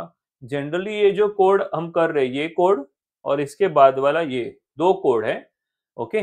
इसमें दो कॉम्प्लेक्स नंबर्स को ऐड करने वाले हैं और इसमें एक माइनस साइन को हम लोग ओवरलोड करने वाले हैं, ठीक है। तो ये दोनों जो है मोस्टली रिटन एग्जाम में नहीं पूछा जाएगा, लेकिन this will be there in your practical exams, okay. तो जरा समझते स्टूडेंट्स कि दो टाइप के ऑपरेटर्स होते हैं, एक होता है यूनरी ऑपरेटर और दूसरा होता है बाइनरी ऑपरेटर। तो जो यूनरी ऑपरेटर होता है ना, ओके, वो एक ही कोई तो वेरिएबल पे ऑपरेट करता है, ओके। जैसे अभी जस्ट हमने पहले देखा ये प्लस प्लस, ये प्लस प्लस ना यूनरी ऑपरेटर है, एक्स प्लस प्लस किस पे काम कर रहा है स्टूडेंट्स, एक्स पे काम कर रहा है। एक्स का वैल्यू पहले 1 था, एक्स प्लस प्लस कर देने से उसका वैल्यू 2 हो गया, means it is operating only on one variable. तो यूनरी ऑपरेटर क्या होते हैं, they operate only on one variable. What about binary operator, जैसे कि प्लस, सिंगल प्लस है, तो वो ए और बी को ऐड करके नया आंसर देगा, यस। तो वो खाली ए पे एक्ट हो रहा है क्या, नहीं। खाली बी पे एक्ट हो रहा है क्या, नहीं। वो ए और बी दोनों पे एक्ट हो रहा है, दोनों को ऐड कर रहा है, यस। तो उसके लिए ये जो प्लस है, फिर माइनस है, ओके। माइनस एक्चुअली दो तरीके से हो सकता है, माइनस यूनरी जैसे भी यूज में आ सकता है। जैसे सपोज मैंने सिर्फ माइनस ए बोला, तो माइनस ए से क्या होगा, ए का साइन चेंज हो जाएगा, पहले ए 2 है तो माइनस ए करने से वो -2 हो जाएगा। तो माइनस एक ऐसा ऑपरेटर है ना जिसको हम लोग यूनरी जैसे भी यूज कर सकते हैं और बाइनरी जैसे भी यूज कर सकते हैं। और मल्टीप्लीकेशन जो है वो ऑब्वियसली बाइनरी जैसे ही यूज में आएगा, ठीक है। तो आई होप सबको यूनरी और बाइनरी का बेसिक मीनिंग मालूम पड़ गया। तो अब हम एक एग्जांपल यूनरी पे करेंगे कि यूनरी ऑपरेटर को कैसे, एक एग्जांपल यूनरी पे कर चुके, ये वाला कैसे हमने ये प्लस प्लस ऑपरेटर को ओवरलोड किया, एक यूनरी ऑपरेटर कर चुके और एक यूनरी ऑपरेटर अभी कर रहे हैं विच इज माइनस, ओके, और फिर एक प्लस के लिए करेंगे, बाइनरी ऑपरेटर का भी एक एग्जांपल देखेंगे, okay. So let us see this example now. Program statement क्या है देखो, write a program in C plus plus to overload unary minus operator. Unary minus operator, बेटा ऑपरेटर करके फंक्शन आप ढूंढो जल्दी से, किधर हमने ऑपरेटर ओवरलोडिंग इधर किया है, देखो इधर किया है। अब कंसेप्ट क्लियर हो जाएगा, देखो आपका वॉइड ऑपरेटर माइनस, सी मैंने बोला था वॉइड मतलब no return type, operator is a keyword, किसको ओवरलोड करने बोला है, माइनस को, तो उसके लिए माइनस साइन आ गया यहाँ पे, yes. So that the unary minus operator when applied to an object should change the sign of each of its data items, मतलब जितने भी वेरिएबल्स है उसके अंदर सबका साइन चेंज हो जाएगा, उसके लिए हमको एक कोड लिखने बोला है। तो अगेन यहीं से स्टार्ट करना बेटर होगा, let us start from here, okay. तो सबसे पहले हमने इंट एल एम एन मतलब वॉइड मेन में ही हमने तीन वेरिएबल्स लिए हैं, int L M and N, ठीक है, and space S, okay, space S करके लिखा है हमने, यस। तो जैसे ही स्पेस एस हमने लिखा तो क्या होगा स्टूडेंट्स कि ये जो स्पेस है, ओके, इसका क्या होगा स्टूडेंट्स, इसका एक ऑब्जेक्ट क्रिएट हो जाएगा, ओके। तो देखो स्पेस एस का एक ऑब्जेक्ट क्रिएट हो गया, A B and C, okay, S dot A, S dot B, S dot C, and constructor call होगा स्टूडेंट्स, लेकिन कौन सा कंस्ट्रक्टर कॉल होगा, डिफॉल्ट कंस्ट्रक्टर जिसमें कोई पैरामीटर्स नहीं है। अगर आप ध्यान से देखोगे तो यहाँ पे कंस्ट्रक्टर तो है लेकिन ये कॉल नहीं हो पाएगा बिकॉज ये पैरामीटराइज कंस्ट्रक्टर है स्टूडेंट्स, ठीक है। तो पैरामीटराइज कंस्ट्रक्टर को डायरेक्टली कॉल नहीं किया जा सकता, ओके।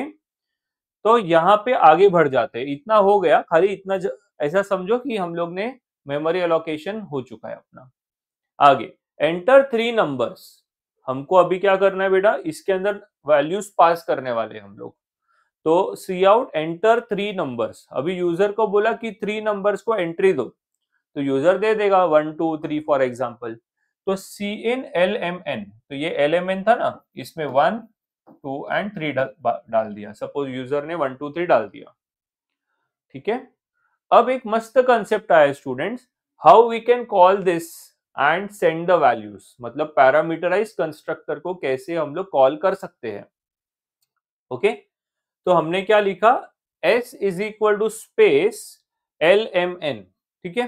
अच्छा एक काम करता हूं मैं, आपको अगर ये जरा डिफिकल्ट लग रहा है तो मैं इसको एकदम सिंप्लीफाई कर देता हूं, क्योंकि वैसे भी ये डेमोन्स्ट्रेशन है, ठीक है। तो हम लोग क्या कर सकते हैं, चलो आपके लिए इसको कट शॉर्ट कर देता हूं, चलो ये इतना सारा गया, ठीक है, उड़ा दिया इतना, और सिंपल एक रखता हूं, स्पेस एस 1 2 3 खुश, सेमीकोलन डाल दो बस लास्ट में, इधर फिर से लिखता हूं,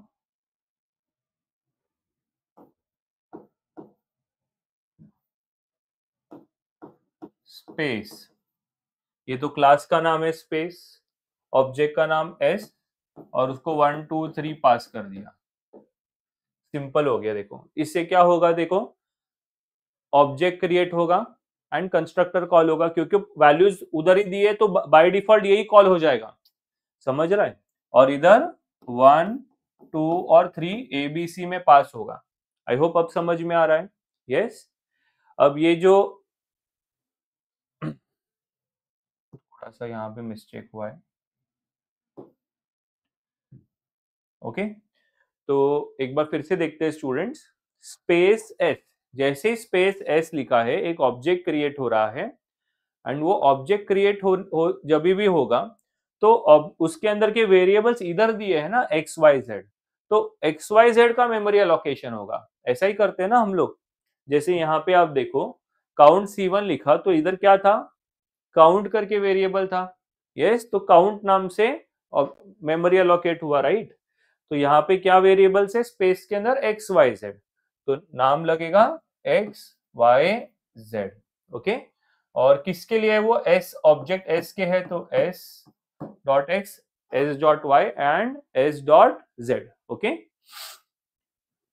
अब आगे next is constructor will be called, तो ये कंस्ट्रक्टर है स्टूडेंट्स, तो उसमें 1 2 3 पास होगा, तो ए में जाएगा 1, बी में जाएगा 2, सी में जाएगा 3, और फिर ए के मदद से वही 1 2 3 एबीसी के मदद से एक्स वाई जेड में चले जाएगा। तो फिलहाल एक्स वाई जेड में 1 2 3 आ भी गया, मतलब एक तीर से इतने सारे निशान कर दिए। ये हमने क्या क्या काम कर दिया, मेमोरी एलोकेशन कर दिया और वैल्यूज भी भर दिया।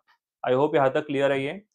और अब क्या किया देखो, सी आउट एस इक्वल टू, तो देखो सबसे पहले आउटपुट पे एस इक्वल टू आएगा और फिर एस डॉट डिस्प्ले, तो डिस्प्ले के लिए बहुत सिंपल सा कोड इधर लिखा है, देखो डिस्प्ले के लिए क्या डिस्प्ले होगा, देखो एक्स फिर टैब, वाई फिर टैब फिर जेड, मतलब एक्स का वैल्यू पहले डिस्प्ले होगा, एक्स में क्या है 1, फिर टैब मतलब थोड़ा सा स्पेस छूटेगा, वाई का वैल्यू 2, फिर टैब थोड़ा सा स्पेस छूटेगा और जेड का वैल्यू 3। देखो 1 2 3 प्रिंट हो गया। अब सबसे main minus S, see this minus S, operator overloading चल रहा है अभी। मेरे को बोलो एस एक ऑब्जेक्ट है और उसको माइनस लगा रहे हैं। यस, आप कोई वेरिएबल को माइनस लगाओगे तो अलग बात है, लेकिन एस तो ऑब्जेक्ट है, उसको माइनस लगा दिया, इसका मतलब this is a purely concept of operator overloading, और ये एग्जीक्यूट होगा अभी। यस, इसका एग्जीक्यूशन से क्या होगा कि x के अंदर वैल्यू 1 है, तो इधर देखो x की जगह पे 1 आएगा बट माइनस साइन के साथ, तो -1 विल गो इन x। समझ रहा है स्टूडेंट्स, x में ऑलरेडी 1 है, तो देखो x के जगह पे 1, इधर 1 डालो और ये माइनस साइन है तो -1 हो गया, -1 विल गो इन x, मतलब अब जो x था 1 वो बन जाएगा -1, y बन जाएगा -2 और z बन जाएगा -3। ये इधर देखो x equal to -x, y equal to -5, z equal to -z, x y z के वैल्यूज चेंज हो गए।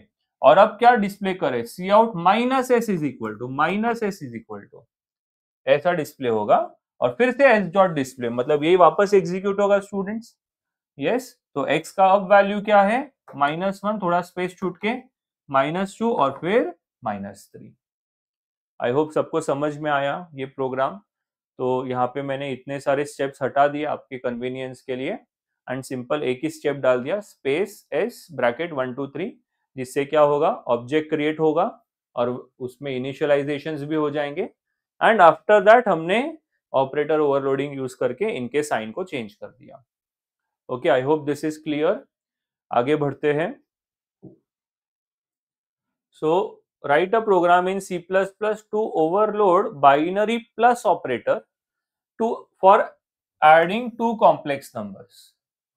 अब ये थोड़ा सा कोड ज्यादा इंपॉर्टेंट है, ओके, तो ध्यान देना, एंड इसमें थोड़ा ऑब्जेक्ट को पास करने का भी कंसेप्ट आएगा, तो उसके लिए हमको ज्यादा ध्यान देना होगा। तो स्टार्ट करते, write a program in C++ to overload binary plus operator for addition of two complex numbers. तो बेटा हमको मालूम है दो कॉम्प्लेक्स नंबर्स को कैसे ऐड करते हैं। फॉर एग्जांपल एक कॉम्प्लेक्स नंबर है C1 2 + 3i और एक कॉम्प्लेक्स नंबर है C2 विच इज 3 + 4i। तो जब हम इन दोनों को ऐड करते हैं तो कैसे ऐड करते हैं स्टूडेंट्स, रियल को रियल के साथ ऐड करते हैं तो 5 हो जाएगा, एंड इमेजिनरी को इमेजिनरी के साथ ऐड करते हैं तो 7i हो जाएगा।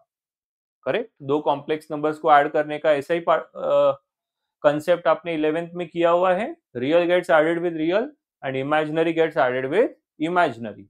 उस कंसेप्ट को हमको इंप्लीमेंट करना है, तो ध्यान देना।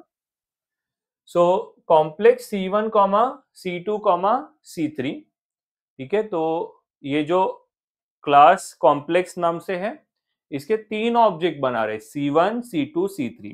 ओके, क्लास का नाम क्या है, कॉम्प्लेक्स, और उसके ऑब्जेक्ट कितने बनाए, C1 C2 C3। ठीक है, तो C1 में क्या क्या है स्टूडेंट, दो वेरिएबल x एंड y। ठीक है, सो C1 में x एंड y, तो C1 डॉट डाल देता हूं। वैसे ही C2 में x and y, and C3 में x एंड y, 3 बना दिए। एंड अब वैल्यूज इनिशियलाइज कर रहे हैं। C1 equal to complex 3.5 comma 2.5, मतलब यहाँ पे ये जो क्या है ये कंस्ट्रक्टर, उसमें वैल्यूज पास कर रहे हैं। देखो 3.5 एंड 2.5, तो इधर 3.5 आया रियल के अंदर, ये रियल वेरिएबल में 3.5 आया, एंड ये इमेजिनरी करके एक वेरिएबल लिखा है उसमें 2.5 आया। और इनकी मदद से, रियल और इमेजिनरी वेरिएबल्स की मदद से वैल्यूज x और y में चले गया। देखो ना 3.5 real 3.5 goes in x and imaginary में 2.5 था, तो 2.5 गोज इन y। लेकिन एक इसके लिए फर्स्ट कॉम्प्लेक्स नंबर के लिए C1 के लिए, तो इन शॉर्ट C1 के अंदर आ गया 3.5 and 2.5। I hope this is very clear. इसी चीज को ना आप डायरेक्टली ऐसा भी इंप्लीमेंट कर सकते हो स्टूडेंट, जैसे कॉम्प्लेक्स C1 ब्रैकेट 3.5 कॉमा 2.5, जैसे हमने पिछले वाले में किया था, कर सकते वैसे भी। Complex C1 3.5 comma 2.5 semicolon, next line पे लिखो कॉम्प्लेक्स C2 ब्रैकेट 1.5 कॉमा 1.7, ऐसा भी लिख सकते हो, ठीक है।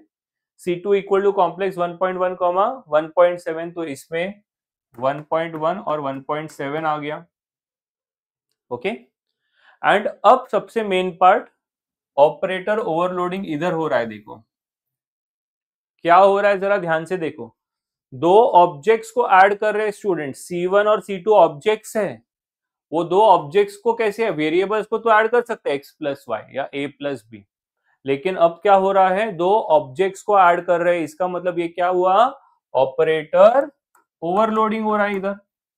यस, ऑपरेटर ओवरलोडिंग हो रहा है, तो ये देखो यहां पर सीधा जंप हो जाएगा, see this operator plus, okay. तो ये कीवर्ड ऑपरेटर और किसको ओवरलोड करे, प्लस को।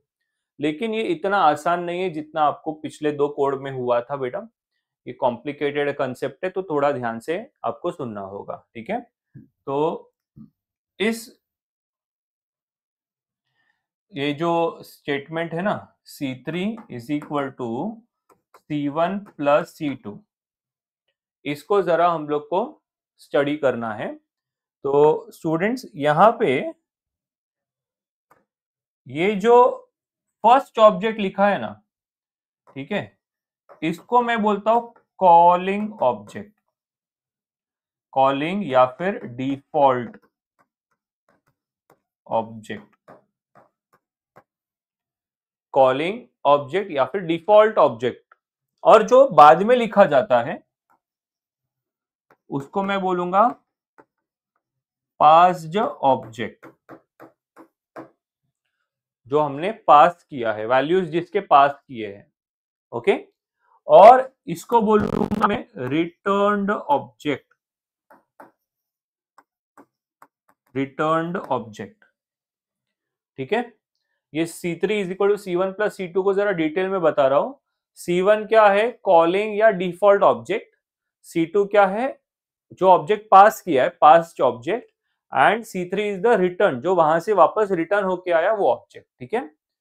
तो क्या हो रहा है देखो, ये यहां पे ना कॉम्प्लेक्स सी लिखा है, मतलब यहां से कोई तो एक ऑब्जेक्ट इधर पास हुआ है। ये जो स्टेटमेंट पे ध्यान देना स्टूडेंट्स, ये स्टेटमेंट पे, ये स्टेटमेंट में कोई तो C1 और C2 पे ध्यान दो, C1 C2 में से एक ऑब्जेक्ट इसको पास किया है हमने। वो कौन सा ऑब्जेक्ट पास किया है हमने, C2 को। क्यों, C2 सेकंड वाला हमेशा पास होता है, फर्स्ट वाला नहीं पास होता है।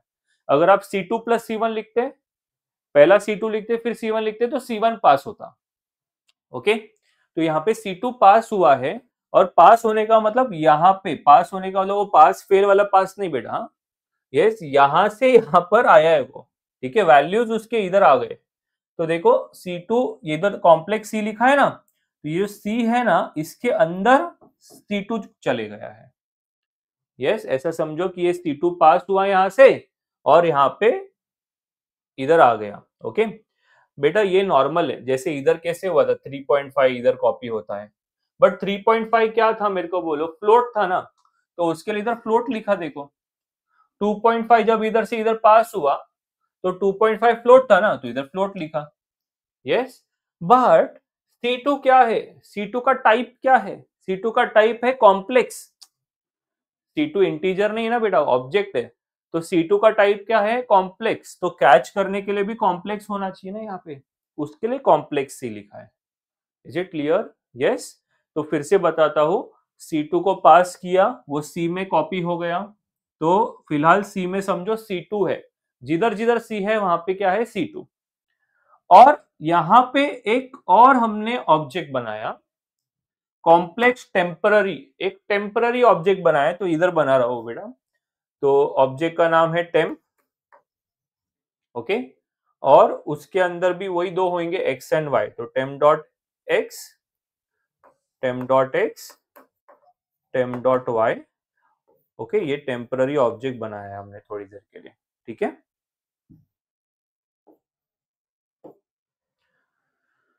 ओके, तो क्या हो रहा है स्टूडेंट्स, इधर नेक्स्ट स्टेप देखना, x plus C dot X, ये वाले स्टेटमेंट को जरा समझते, इधर लिख रहा हूं, temp dot X is x plus C dot X, ये स्टेटमेंट को जरा समझते हैं। तो बेटा मैंने जैसे बोला आपको कि C में क्या घुस गया है, C2, मतलब ये C नहीं है बल्कि ये एक्चुअली C2 है, ठीक है। तो C2 का x क्या है, C2 का x, C2 का x है 1.1, तो एक्चुअली C2 का x है 1.1, ठीक है। तो ये x किसका होगा, ये x सोचो जरा, ये x किसका होगा, आप बोलोगे सर C1 का होगा ऑब्वियसली।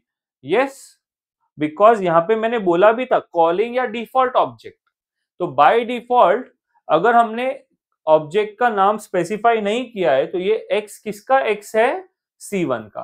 आई होप समझ में आ रहा है अभी।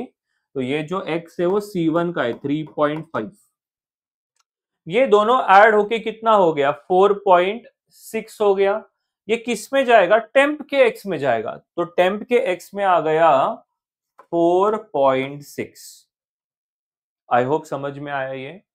ओके, एक बार फिर से बताता हूं, temp dot X is equal to X plus C2 dot X, ठीक है। तो ये जो C2 डॉट एक्स तो मालूम पड़ गया था, C2 डॉट एक्स 1.1 है, और सिर्फ x मतलब किसका होगा, वो C1 का, क्योंकि मैंने बोला कि बाय डिफॉल्ट C1 हम लोग का कॉलिंग ऑब्जेक्ट है। तो x का वैल्यू इधर 3.5 प्लस 1.1 4.6 किधर कॉपी हो गया, टेम्प डॉट एक्स में। ओके, सेम चीज y के साथ किया, temp dot Y is equal to Y plus C dot Y, तो इन दोनों के y ऐड हो जाएंगे, अभी कितना हो जाएगा students, 7 8 9 10 two 1 carry and 1 plus 2 3 plus 1 4 4.2, ये टेम्प डॉट वाई में हो गया, मतलब रियल रियल से ऐड हो गया और इमेजिनरी इमेजिनरी से ऐड हो गया। और अब लास्ट स्टेटमेंट, रिटर्न टेम्प, ये जो टेम्प है रिटर्न किया, अभी टेम्प का टाइप क्या था स्टूडेंट्स, टेम्प का टाइप था कॉम्प्लेक्स, तो जब रिटर्न कर रहे हैं तो इधर भी रिटर्न टाइप में क्या आना चाहिए, कॉम्प्लेक्स।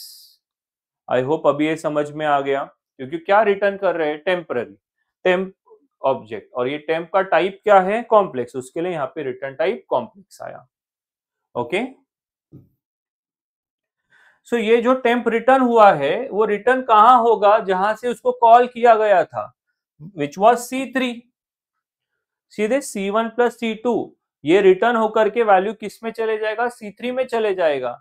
इसका मतलब टेम्प का x C3 के x में कॉपी हो जाएगा, विच बिकम्स 4.6, एंड टेम्प का y C3 के y में कॉपी हो जाएगा, विच बिकम्स 4.2। ओके, मतलब इतना सारा झमेला सिर्फ एक स्टेटमेंट के पीछे हुआ है, C3 equal to C1 plus C2। Short में फिर से बता देता हूं, C1 प्लस C2 से क्या हो रहा है, इसका रियल इसके रियल से ऐड हो रहा है, इसके कॉम्प्लेक्स इसका इमेजिनरी इसके इमेजिनरी से ऐड हो रहा है, ऐड होके कहां पे चले गया, टेम्प में, फिर टेम्प को हमने वापस इधर दे दिया, और इधर देने के पास करने की वजह से, रिटर्न करने के वजह से वो आया C3 के अंदर, उसके वजह से इस टेम्प का x C3 के x में चले गया और टेम्प का y C3 के y में चले गया। अब हो गया प्रोग्राम खत्म। यस, आउटपुट पे क्या आ जाएगा, yes, C out C1 equal to, जगह कम है इधर ट्राई करता हूं, C1 इक्वल टू ऐसा आएगा देखो, क्योंकि लिखा है ना C1 equal to C1 dot display, display last में होता है स्टूडेंट्स, तो क्या लिखा है इधर x किसके लिए कर रहे हैं बेटा, C1 के लिए कर रहे हैं, तो ये x किसका होगा, C1 का होगा, C1 का x में क्या है 3.5, इधर आएगा 3.5, फिर प्लस डिस्प्ले होगा, सीधे प्लस डिस्प्ले होगा, okay, then y, y C1 का y कितना है 2.5, ओके, एंड फिर आई डिस्प्ले होगा, इधर आई ये वाला आई कर देना, ठीक है, आई डिस्प्ले हो गया, see this new line, backslash N means new line, तो इधर आ गया कर्सर, अब ये होगा C2 equal to yes C2 equal to display, display मतलब ये, अब किसका डिस्प्ले होगा वो C2 का, C2 डॉट डिस्प्ले लिखा है ना, तो C2 का डिस्प्ले होगा 1.1 plus 1.7 I, and last C3 equal to, C3 के डिस्प्ले हो जाएगा एडिशन 4.6 प्लस 4.2 आई, हो गया। I hope this program is clear. Operator overloading, तो ऑपरेटर ओवरलोडिंग पे हमने 3 प्रोग्राम्स देखे, rules for operator overloading, okay, and then new concept चालू हो जाएगा पॉलीमॉर्फिज्म का, ओके। सो कुछ रूल्स हैं जो आपको याद रखने हैं, ओके। एक ऑब्जर्वेशन करें क्या, जब यूनरी ऑपरेटर होता है ना स्टूडेंट्स, यूनरी ऑपरेटर तो कुछ भी पास नहीं करते, देखो एम्प्टी होता है, रिटर्न भी कुछ जरूरत नहीं, कुछ भी रिटर्न नहीं हुआ है, लेकिन जब बाइनरी हुआ ना, तो आप देखो हमने एक ऑब्जेक्ट को पास किया और रिटर्न भी एक ऑब्जेक्ट हो रहा है, तो बाइनरी में जनरली एक ऑब्जेक्ट को पास करता है और एक रिटर्न भी होता है, ठीक है, ये इतना ऑब्जर्वेशन याद रखो, ओके। तो ध्यान देना, only existing operators can be overloaded, rules for operator overloading आता है एग्जाम में, बहुत इंपॉर्टेंट क्वेश्चन है, only existing operators can be overloaded, new operators can not be created. आप बोलोगे कि मेरे को मेरा एक नया सिंबल तैयार करने का है, ठीक है, मेरे को एक नया सिंबल का नाम है स्टार, ये स्टार करके मेरा खुद का इन्वेंटेड सिंबल है, ऐसा अलाउड नहीं है, ठीक है, तो आप कोई खुद का ऑपरेटर क्रिएट नहीं कर सकते, जो एग्जिस्टिंग ऑपरेटर्स है उसको ही आपको नया नाम देना पड़ेगा। Next, the overloaded operator must have at least one operand that is of user defined type, जो भी ऑपरेटर को यूज कर रहे हैं उसमें से एक ऑपरेटर यूजर डिफाइंड मतलब ऑब्जेक्ट होना चाहिए, ओके, एक तो भी ऑब्जेक्ट होना चाहिए, हुआ ना, जैसे इधर दो थे C1 C2 और इधर क्या था S था, S क्या था, ऑब्जेक्ट ही तो था, यस, तो एटलीस्ट एक जो है ना, एक तो मिनिमम ऑब्जेक्ट होना चाहिए, ये स्टेटमेंट का ये मीनिंग है। आगे, the basic meaning of the operator cannot change, that is we cannot redefine the plus operator to subtract one value from the other, actually कर सकते हैं बट एथिकल नहीं है, मैंने स्टार्ट में ही बोला आपको कि बेसिक मीनिंग मत चेंज करो ऑपरेटर्स का। आगे, the overloaded operators follow the syntax rule of the original operators, तो जैसा ओरिजिनल ऑपरेटर्स फॉलो करते हैं रूल्स, वही ओवरलोडेड ऑपरेटर्स, जैसे a प्लस बी, तो C1 प्लस C2 किया ना हमने, उसको सेम सिंटैक्स यूज किया। Following are some operators which cannot be overloaded, जैसे साइज ऑफ हो गया, डबल कोलन, स्कोप रेजोल्यूशन बोलते हैं इसको, इसको कंडीशनल ऑपरेटर बोलते हैं, क्वेश्चन मार्क कोलन, इनको ओवरलोड नहीं कर सकते, ठीक है, ये आठों के आठों याद रख के जाने, क्योंकि क्वेश्चन आता है 4 मार्क्स के लिए कि right 8 rules for operator overloading, बहुत ही फेमस क्वेश्चन है, तो आप कुछ भी स्किप नहीं करना है इसके अंदर से। Next, unary operator overloaded by means of a member function take no explicit argument and return no explicit values. Unary में क्या किया देखो, यूनरी में कोई भी वैल्यू लिया नहीं और कुछ भी रिटर्न किया नहीं, यही बोल रहे वो लोग, ठीक है, और बाइनरी में क्या होता है, एक पास होता है मिनिमम और एक रिटर्न होता है, वही लिखा है, the binary operator overloaded through member function take one explicit argument, ठीक है, एंड रिटर्न्स में भी डाल सकते हो, and it also returns a value, ठीक है, इधर रिटर्न्स नो एक्सप्लिसिट वैल्यू की जगह पे and returns an explicit value. Okay, आगे binary argument such as plus minus multiply and divide must explicitly return a value, वो इधर कवर हो गया, मतलब इनका 100% कुछ ना कुछ रिटर्न होना ही चाहिए, जैसे अभी हमने प्लस के लिए किया था। ओके, रिटर्न टाइप में कॉम्प्लेक्स ऐसा होना ही चाहिए, ठीक है। So I hope this is very clear. आगे बढ़ते हैं पॉलीमॉर्फिज्म। ओके, सो पॉलीमॉर्फिज्म का मीनिंग क्या होता है स्टूडेंट्स? इस वर्ड को जरा ब्रेक करते हैं, पॉलीमॉर्फिज्म को। Poly means many, morphism means form. Okay, मैं इसको हर बार क्या बोलता हूं, एक नाम कई काम। पॉलीमॉर्फिज्म का मतलब क्या होता है स्टूडेंट्स? क्या बोला? एक नाम कई काम।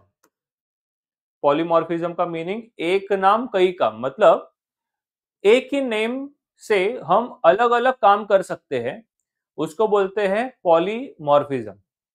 इसको समझने के लिए हम लोग सबसे पहले फंक्शन ओवरलोडिंग को जरा रिवाइज करते हैं। फंक्शन ओवरलोडिंग, ये 11th का कंसेप्ट है आपका, function overloading. So function overloading में ना स्टूडेंट्स, हमने एक फंक्शन बनाया था जिसका नाम था एरिया, और यही फंक्शन, यही नाम, लेकिन कई काम कर रहा था। एक ही नाम कई काम कर रहा था, जरा याद करते हैं। 3 फंक्शन बनाया जिसका नाम सेम है, इंट एरिया, लेकिन काम अलग करेगा। जैसे सपोज मैंने इसको एक वेरिएबल पास किया x, और इधर रिटर्न में डाल दिया x into x, x into x, तो आपने गेस कर लिया होगा कि ये किसका एरिया कैलकुलेट हो रहा है? स्क्वायर का, क्योंकि x इंटू एक्स किसका होता है? एरिया स्क्वायर का होता है। यस। दूसरा एग्जांपल, फ्लोट r, और इधर लिख दिया return 3.14 star r star r। आपने गेस कर लिया रहेगा पाई आर स्क्वायर किसका एरिया होता है? सर्कल का। तो ये जो फंक्शन है वो किसका एरिया कैलकुलेट करेगा? सर्कल का। और int x comma int y, और इधर लिख दिया रिटर्न x इंटू वाई। क्या डाल दिया students? Return x into Y, ठीक है। तो ये स्टूडेंट्स किसका एरिया कैलकुलेट करेगा? ये रेक्टेंगल का एरिया कैलकुलेट करेगा। ओके, सो x इंटू वाई, दो इंटीजर्स का मल्टीप्लीकेशन किसका एरिया कैलकुलेट करेगा? रेक्टेंगल का कैलकुलेट करेगा, करेक्ट। अब सपोज मैंने ऐसा कुछ किया आगे जाके कि सी आउट वॉइड मेन में, वॉइड मेन में होता है ये सब, मैं रफली कर रहा हूं एक प्रोग्राम, पेयर में जरूरत नहीं है इसकी, रफ में कर रहा हूं।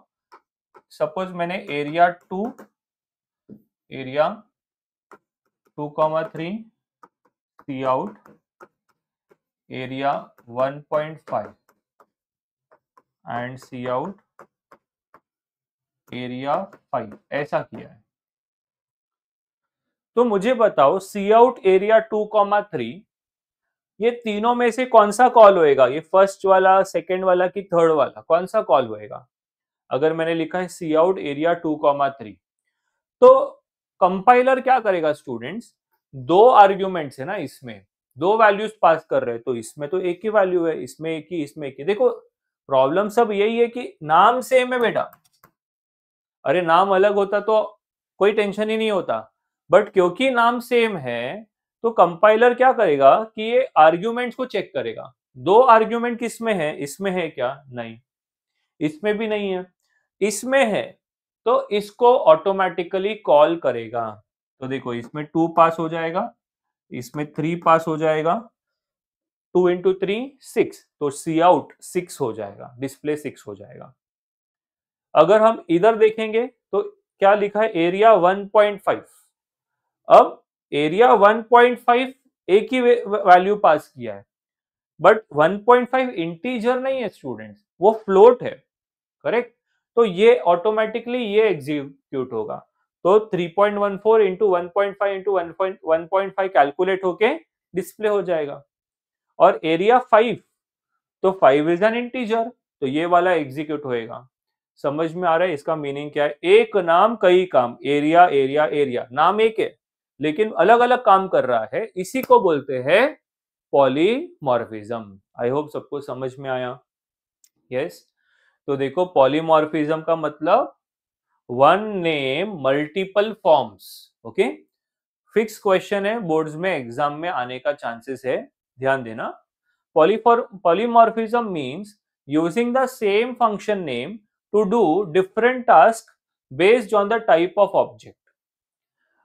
Polymorphism simply means one name multiple forms, and ये एक एग्जांपल देखते हैं। पॉलीमॉर्फिज्म में क्या है, देखो दो टाइप के पॉलीमॉर्फिज्म है, एक है कंपाइल टाइम पॉलीमॉर्फिज्म और दूसरा है run time polymorphism. Compile time polymorphism में दो एग्जांपल्स है, function overloading and operator overloading, दोनों कर चुके। ये जो मैंने बताया ये फंक्शन ओवरलोडिंग ये 11th में किया है, ऑपरेटर ओवरलोडिंग अभी इतनी देर हमने सीखा। Yes. And run time polymorphism में एक एग्जांपल हमको करना है which is of virtual function. तो ये कंसेप्ट बचा है, ठीक है। तो मैं इन दोनों के बीच का बेसिक डिफरेंस बता देता हूं।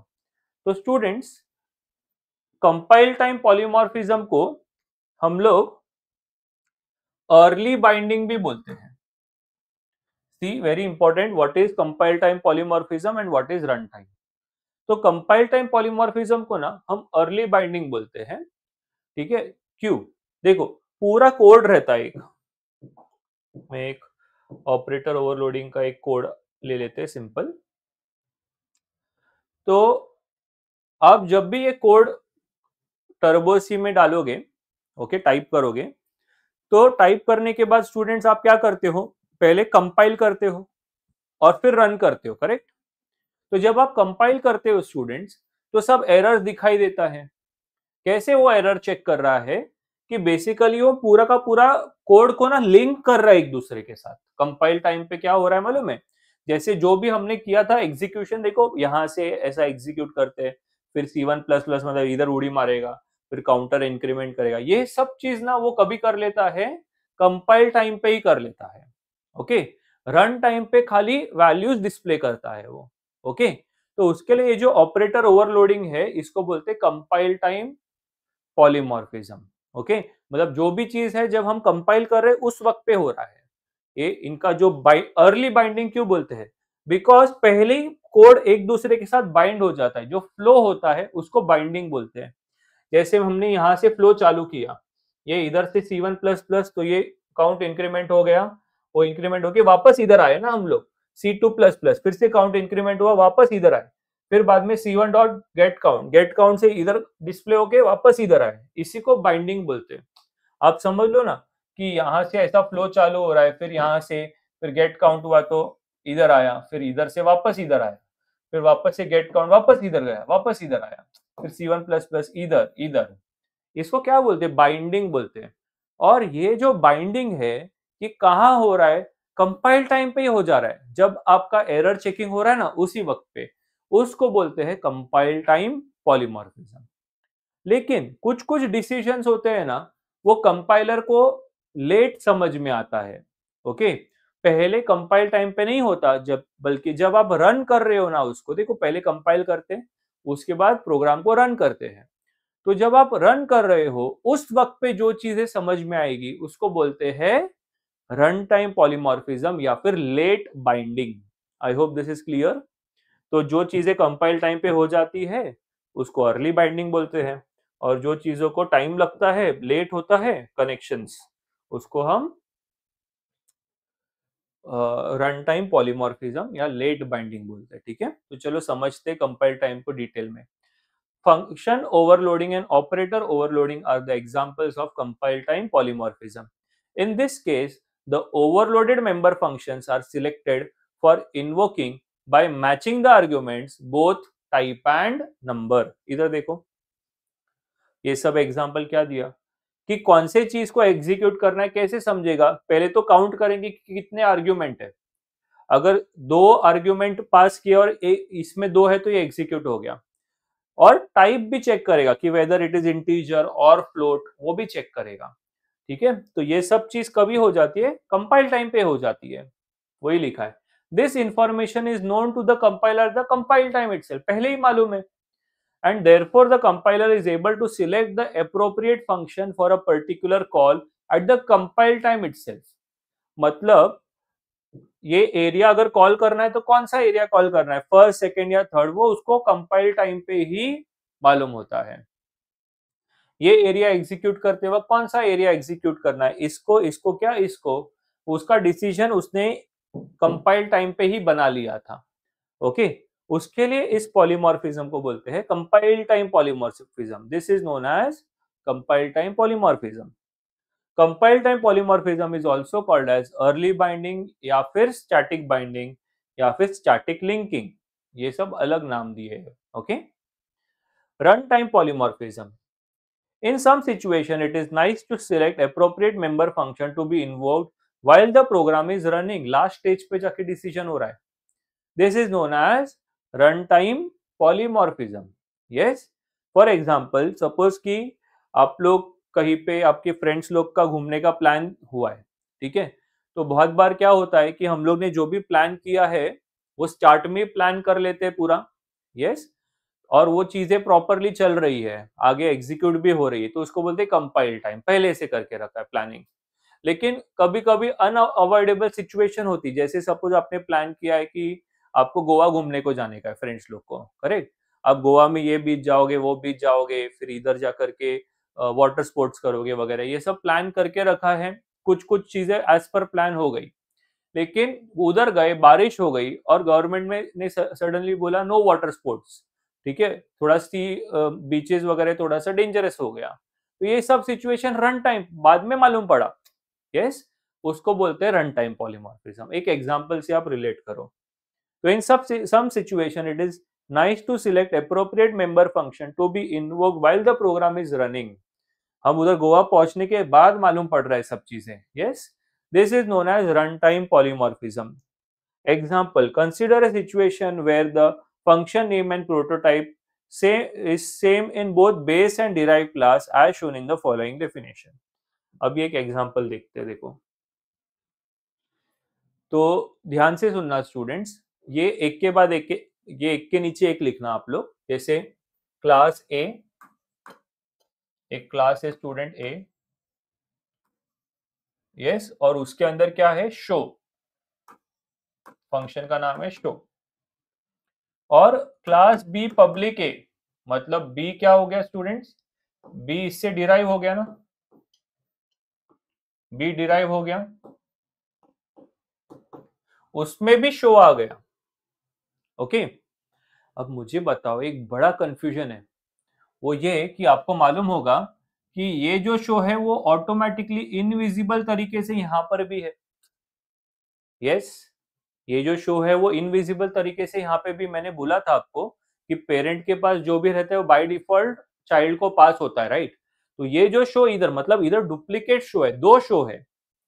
और अगर मैंने सपोज ये बी का ऑब्जेक्ट बनाया से बी एंड एक क्लास का लिख देता हूं डिराइव, और फिर डिराइव करके मैंने शो को कॉल किया, डिराइव करके मैंने शो को जब कॉल किया तो बेटा इधर एक और इनविजिबल शो है, किसका है वो, बेस का है। तो कंफ्यूजन ये क्रिएट होएगा कि ये वाला शो एग्जीक्यूट करना है कि ये वाला, क्योंकि नाम सब कुछ सेम है। आ रहा है समझ में। तो ये जो इश्यूज है ना वो रन टाइम पे सॉर्ट आउट होते हैं। कैसे होते हैं वो मैं आगे बताऊंगा आपको, वर्चुअल फंक्शन करके कंसेप्ट में। लेकिन ये जो डिस्क्रिपेंसीज है ये भी सॉर्ट आउट हो सकता है, but it is on the run time, not during the compile time.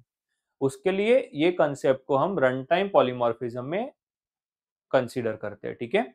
एक बार फिर से बताता हूं, एक बेस क्लास है जिसमें एक फंक्शन है जिसका नाम है शो, और डिराइव क्लास है उसमें भी शो करके एक फंक्शन है। ये वाला शो इधर आ जाएगा बाय डिफॉल्ट इनहेरिटेंस के वजह से। तो बी के अंदर दो शो है। अब जब मैं शो को कॉल करूंगा तो ये वाला शो एग्जीक्यूट होगा कि ये वाला, इसका जो डिसीजन है वो रन टाइम पे होता है, और इस कंसेप्ट को वर्चुअल फंक्शन बोलते हैं। और ये किसके अंडर में आता है? रन टाइम पॉलीमॉर्फिज्म में। तो रीड करते हैं, here show function is used to print values of object of both class A and B. A के लिए भी और बी के लिए भी यूज में आ रहा है। In such situation, the appropriate member function can be selected at the runtime, and it is known as runtime polymorphism.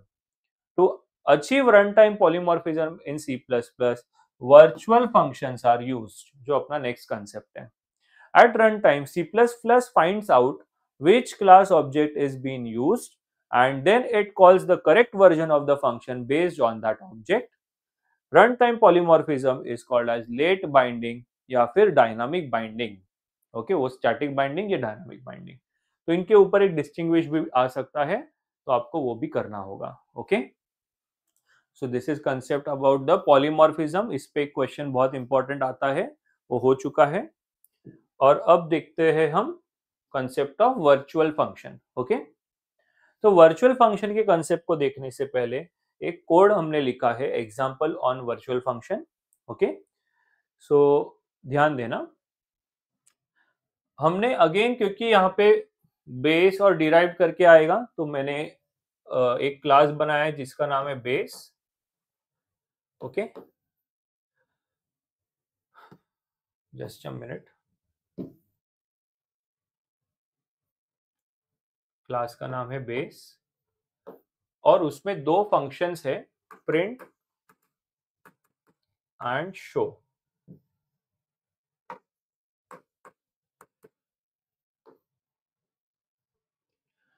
और क्या किया है स्टूडेंट्स, इससे एक और क्लास तैयार किया है, ओके, जिसका नाम है डिराइव्ड। और मजे की बात यह है कि सेम नाम इधर भी है, प्रिंट एंड शो। अब मुझे बोलो, by the concept of inheritance ये प्रिंट यहां भी अवेलेबल होगा, तो यहाँ पे कितने डिराइव्ड क्लास में कितने प्रिंट हो गए? दो। एंड ये जो शो है वो भी यहाँ अवेलेबल होगा, तो डिराइव क्लास में कितने शो हो गए? दो शो है। इनविजिबल तरीके से एक प्रिंट, इधर का प्रिंट भी इधर अवेलेबल है और इधर का शो भी इधर अवेलेबल है, ठीक है। तो वो जो इनविजिबल है, ठीक है, उसको मैं यहाँ पे अलग कलर से बना देता हूं, देखो।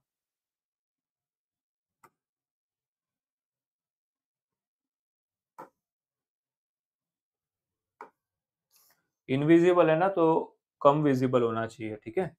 तो ये देखो, प्रिंट और ये शो, ये किसका है बेटा?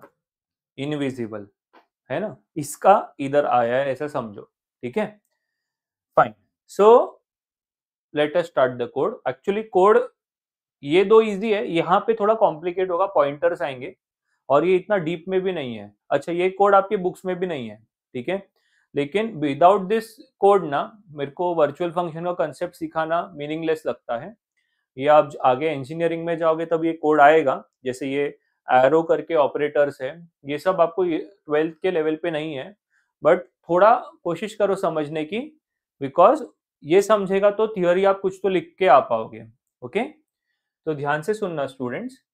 क्लास बेस, सीधे बेस, पब्लिक सेक्शन में वॉइड प्रिंट, उसमें क्या लिखा है? प्रिंट बेस क्लास, कमेंट अलग है, and see this show, void show, and क्या लिखा है? Show base class. सिंपल है ना, देखो, प्रिंट में क्या लिखा? प्रिंट क्या? Base class. शो में क्या लिखा? शो क्या? बेस क्लास, ठीक है। ये वर्चुअल कीवर्ड को जरा बाजू में रखते हैं, इसका मीनिंग बताऊंगा मैं। और इससे ये डिराइव हुआ है, तो देखो क्या लिखा? क्लास डिराइव, पहले ये लिखना, फिर ये, फिर ये, एग्जाम में ऐसा लिखना है, पहले ये, उसके नीचे ये फ्री है। फिर क्लास डिराइव, सीधे क्लास डिराइव किससे डिराइव हुआ, बेस से, तो कोलन पब्लिक बेस। इसमें भी क्या आएगा, प्रिंट एंड शो, लेकिन इसमें प्रिंट में क्या लिखा, print derive class, and show में क्या लिखा, शो डिराइव क्लास। तो आई होप ये दो लिखना बेहद चिंदी है, आपको आराम से आ जाएगा, इसका कोई टेंशन नहीं है। इधर का देखते हैं, ये जरा सा डिफिकल्ट है। हमने क्या किया, अभी बेस का एक ऑब्जेक्ट बनाया है।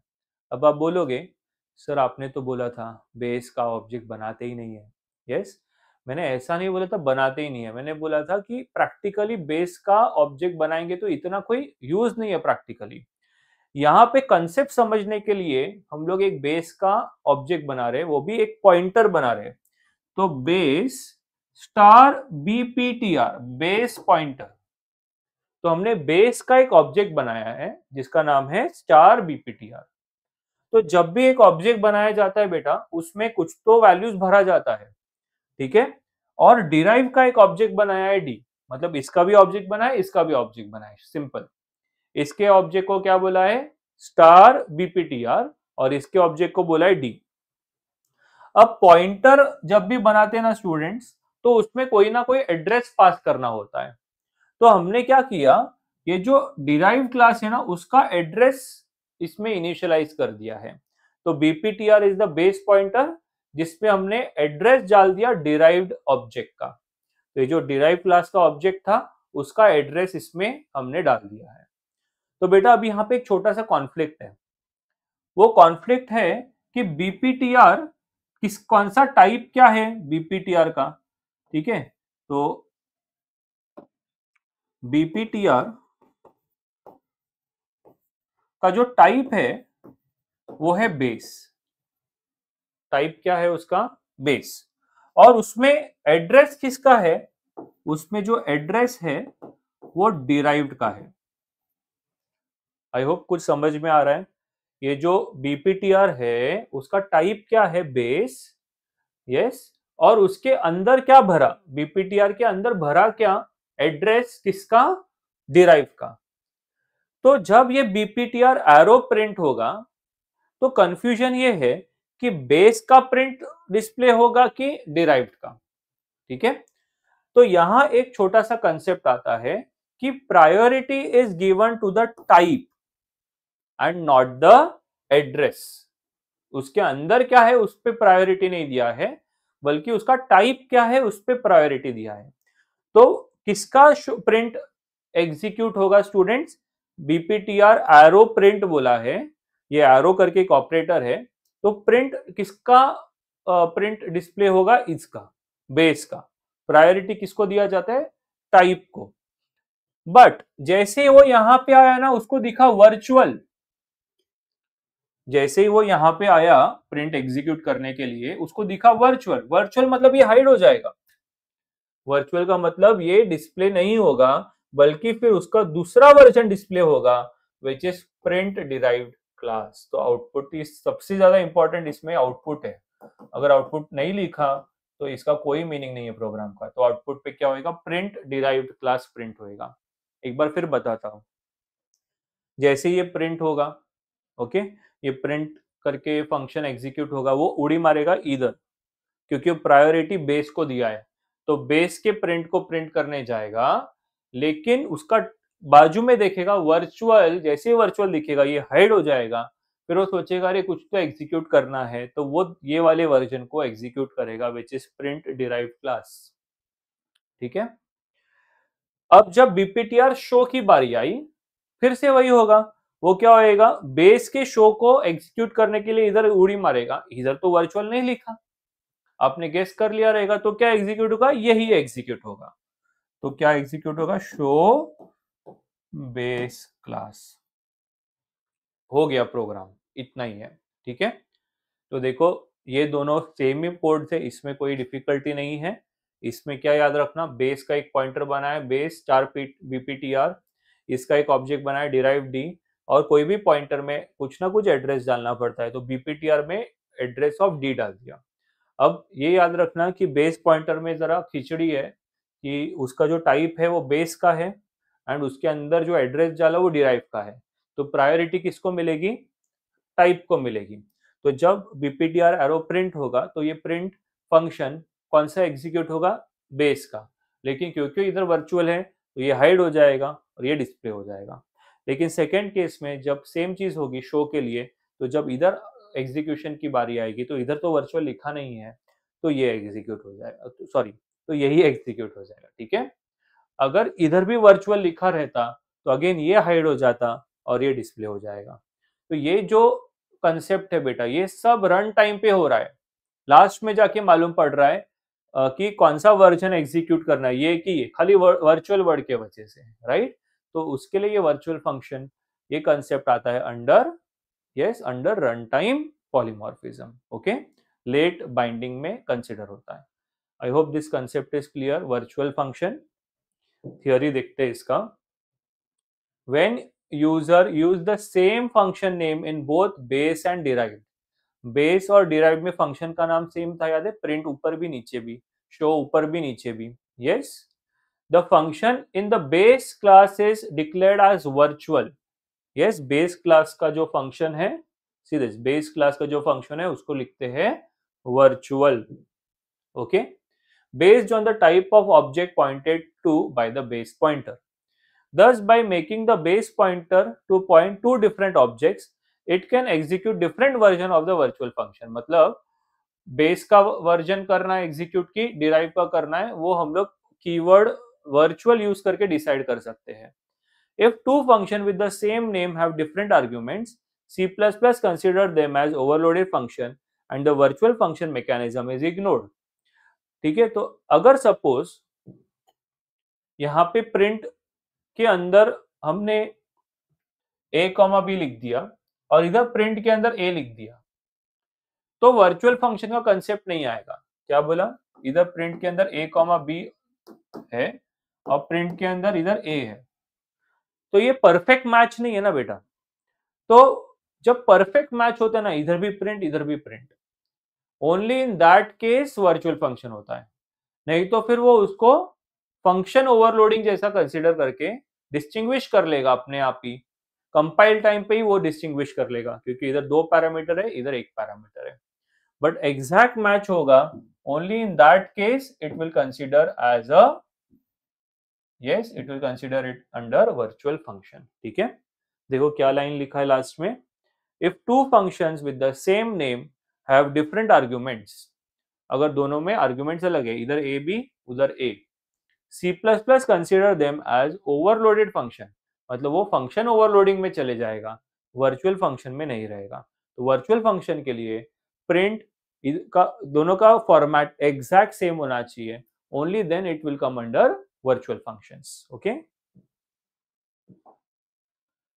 इसके भी कुछ रूल्स हमको स्टडी करने हैं students, 8 basic rules of virtual function. ठीक है, the virtual function must be member of some class, of course base और derive में होना चाहिए। they cannot be static member, static keyword हमने पहले किया है तो बोला है कि static नहीं हो सकता। they are accessed by using object pointers, हमने bptr करके एक पॉइंटर बनाया था, उसकी मदद से वो एक्सेस होते हैं, यूज होते हैं। a virtual function can be a friend of another class, virtual function को फ्रेंड फंक्शन के कंसेप्ट के साथ लिंक किया जा सकता है। A virtual function is in a base class must be defined even though it is not used। तो virtual function base class में है, उसको डिफाइन करना चाहिए, मतलब उसके अंदर कुछ तो लिखना चाहिए।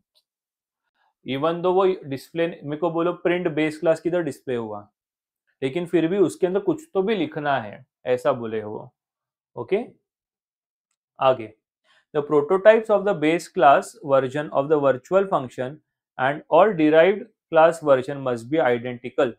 If two functions have different prototypes, then C++ consider them as overloaded function and not as virtual function। ये ऑलरेडी किया हमने अभी थोड़ी देर पहले कि exact same prototype, same format होना चाहिए, थोड़ा भी फॉर्मेट बेस क्लास और डिराइव क्लास के फॉर्मेट में थोड़ा भी चेंजेस होगा, इधर का प्रिंट एग्जैक्ट सेम होना चाहिए, इधर का शो एग्जैक्ट सेम होना चाहिए। प्रोटोटाइप मतलब फर्स्ट लाइन। ओके, इसको प्रोटोटाइप बोलते हैं स्टूडेंट्स।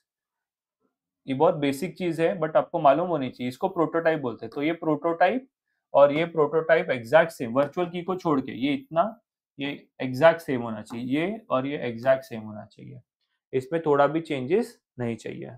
ओके, आगे, we can not have virtual constructors but we can have virtual destructors. ठीक है, तो कंस्ट्रक्टर डिस्ट्रक्टर में डिस्ट्रक्टर को वर्चुअल बना सकते हैं। A base pointer can point to any type of derived object, the reverse is not true। तो जो बेस पॉइंटर है वो कोई भी डिराइव्ड ऑब्जेक्ट को पॉइंट कर सकता है, लेकिन उसका उल्टा पॉसिबल नहीं है। ओके, तो ये 8 रूल्स है। I know these are bit complicated and understanding नहीं होती है 100%, बिकॉज एक्चुअली जब आप इंजीनियरिंग में जाओगे तो हर एक पॉइंट के लिए एक एक प्रोग्राम है। जैसे इधर बोला है ना, virtual function can be used like with the help of friend function, और वर्चुअल फंक्शन के कंसेप्ट को कोलैब कर सकते हैं। तो जब आप इंजीनियरिंग में जाओगे तो ये एक पॉइंट के ऊपर एक प्रोग्राम आएगा जिससे आपको डीप में अंडरस्टैंडिंग होगी। लेकिन फिलहाल इधर हम लोग को रूल्स में है और एग्जाम में आते हैं ये, तो दिस इज इम्पोर्टेंट, आपको करना होगा इसको। And last concept is of file handling in C plus plus. Okay, तो ध्यान देना स्टूडेंट्स।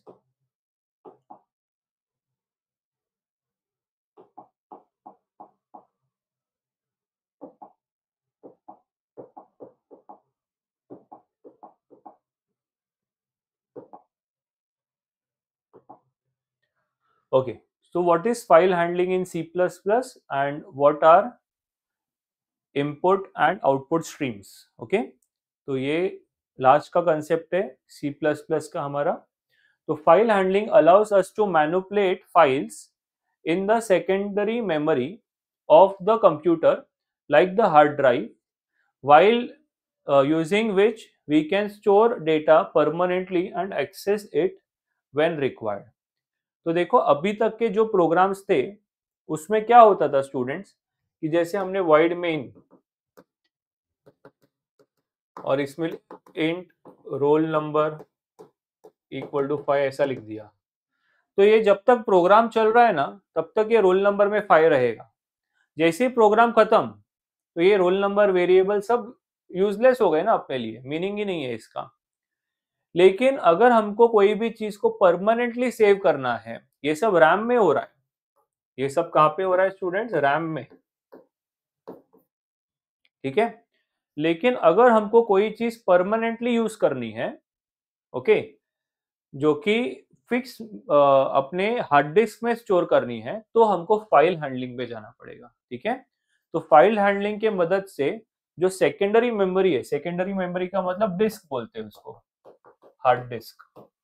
तो डिस्क के अंदर क्या होता है स्टूडेंट्स, फाइल्स होता है।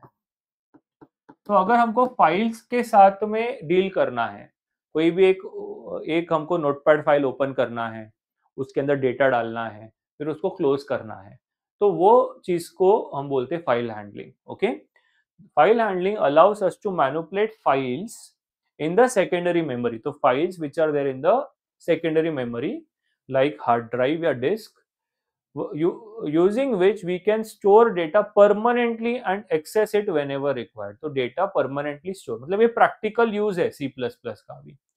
आगे, in this way the data can be preserved and accessed even after the program stops running। तो जैसे ये वाला प्रोग्राम है, इसमें फाइल हैंडलिंग यूज नहीं किया है, तो जैसे ही प्रोग्राम बंद हो गया ना, तो ये डेटा लॉस हो गया, लॉस्ट हो गया। लेकिन अगर हम लोगों ने फाइल हैंडलिंग के साथ में काम किया है, तो डेटा अपने लॉस्ट नहीं होगा, बल्कि वो पर्टिकुलर फाइल जो कि एक डिस्क के अंदर है उसमें वो डेटा सेव्ड रहेगा।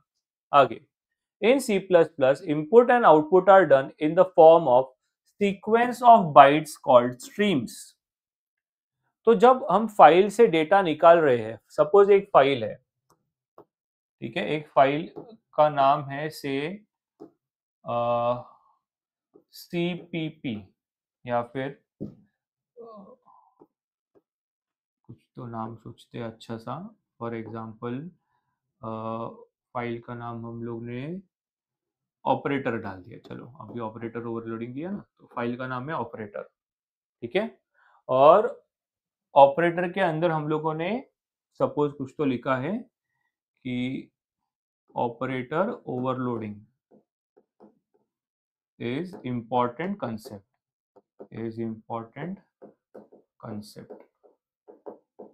in C++। ठीक है, ऐसा लिखा हुआ है। तो जब हम लोग को ये जो फाइल है इसका डेटा हमको इसमें से निकालना है या डेटा इसमें डालना है, तो बेटा ये कैसा आएगा अपने पास में, मतलब अपने पास मतलब ये किधर स्टोर्ड है बेटा, ये स्टोर्ड है हार्ड डिस्क में। ओके, और रैम में लेना पड़ता है, आप सबको मालूम है कोई भी चीज को एग्जीक्यूट करना है तो रैम में लेना पड़ेगा। तो ये हार्ड डिस्क से जब इधर आएगा ना, तो ये किसकी मदद से आएगा, स्ट्रीम की मदद से आएगा। एक स्ट्रीम क्रिएट करना पड़ेगा जहां से ये एक एक करके आएगा, पहले ओ आएगा फिर पी आएगा, ऐसा। समझ में आ रहा है सब लोग को? तो देखो, इन C++ input and output are done in the form of sequence of bytes called as streams. For example, cin and cout, हम लोग जो अभी से देख रहे हैं ना, cin and cout are the objects associated with the standard input and output streams. These streams are represented, किसमें होता है वो, iostream.h, इधर भी stream आया था, yes, input output stream.h। तो जो भी input output कर रहे थे ना, cin and cout, वो भी stream की मदद से हो रहा था। Okay, similarly C++ also provides file stream class। File handling के लिए दूसरा हेडर फाइल लगेगा, वो हेडर फाइल का नाम है fstream.h। तो अब जब हम फाइल हैंडलिंग का कोई प्रोग्राम लिखेंगे, उसमें आपको हेडर फाइल में ऊपर टॉप में #include iostream.h के नीचे #include fstream.h भी लिखना पड़ेगा, बिकॉज फाइल हैंडलिंग के लिए दूसरा स्ट्रीम काम में आता है। The stream that supplies data to the program is known as input stream, while the stream that receives data from the program is known as output stream. This is illustrated in the following figure. तो देखो, यहाँ पे एक figure है बहुत ही easy, ये देखो disc file, ये क्या है, अपना हार्ड डिस्क।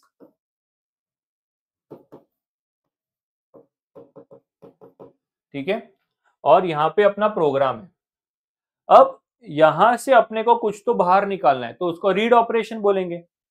फाइल रीड कर रहे हैं किसकी मदद से, इनपुट स्ट्रीम की मदद से, और वो एज अ डेटा इनपुट चले गया प्रोग्राम में, प्रोग्राम के अंदर इंफॉर्मेशन आ गया। अब वो इंफॉर्मेशन को मैनिपुलेट किया हमने, यस, चेंज किया, जो भी प्रोसेस किया बोलते हैं उसको, प्रोसेस करके उसका जो आउटपुट है वो आउटपुट स्ट्रीम की मदद से वापस से जाकर के वहीं पे फाइल में स्टोर हो रहा है, उसको बोलते हैं write operation, right the data, भर रहे हैं उसके अंदर। आई होप ये समझ में आया आपको, क्या समझा, प्रैक्टिकली समझो। एक हार्ड डिस्क है, हार्ड डिस्क के अंदर एक फाइल है, वो फाइल को का डेटा हमको मॉडिफाई करना है, तो पहले हम उसको रीड करेंगे, फिर वो इनपुट स्ट्रीम में जाएगा, ओके, और इनपुट स्ट्रीम के थ्रू वो एज एन इनपुट प्रोग्राम को चले जाएगा। बच्चों को थोड़ा कंफ्यूजन भी होता है, सर इसको इनपुट स्ट्रीम क्यों बोलते हैं, बिकॉज इस स्ट्रीम की मदद से प्रोग्राम में इनपुट आ रहा है, और जो भी प्रोसेस होने के बाद डेटा होता है उसको बोलते हैं आउटपुट। वो आउटपुट स्ट्रीम की मदद से वापस से अपने डिस्क, हार्ड डिस्क के अंदर जाके स्टोर हो रहा है। ये डायग्राम आपको समझ में आ गया?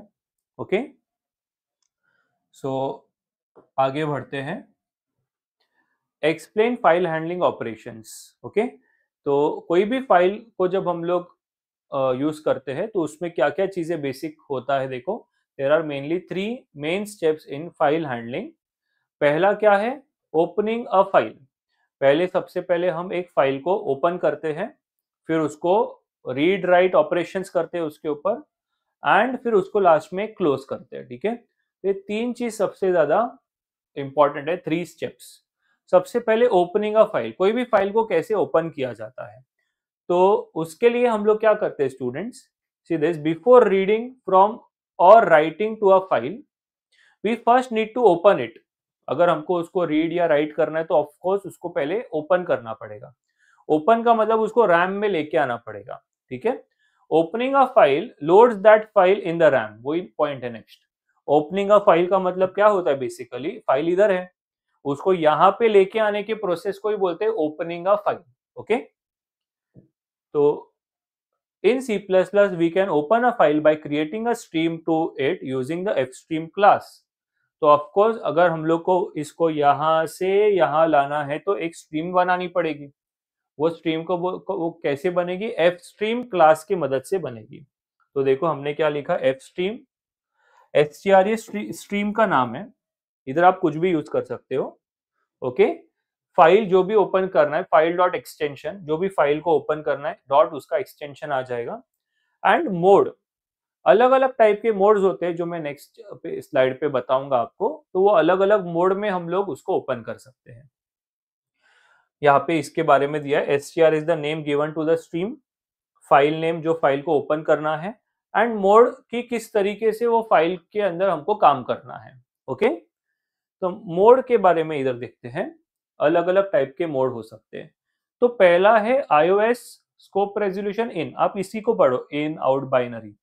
इन का मतलब the file is open for reading, मतलब हमने फाइल को ओपन किया है, बट क्या क्यों ओपन किया है? क्योंकि उसमें से कुछ तो डेटा रीड करना है, निकालना है।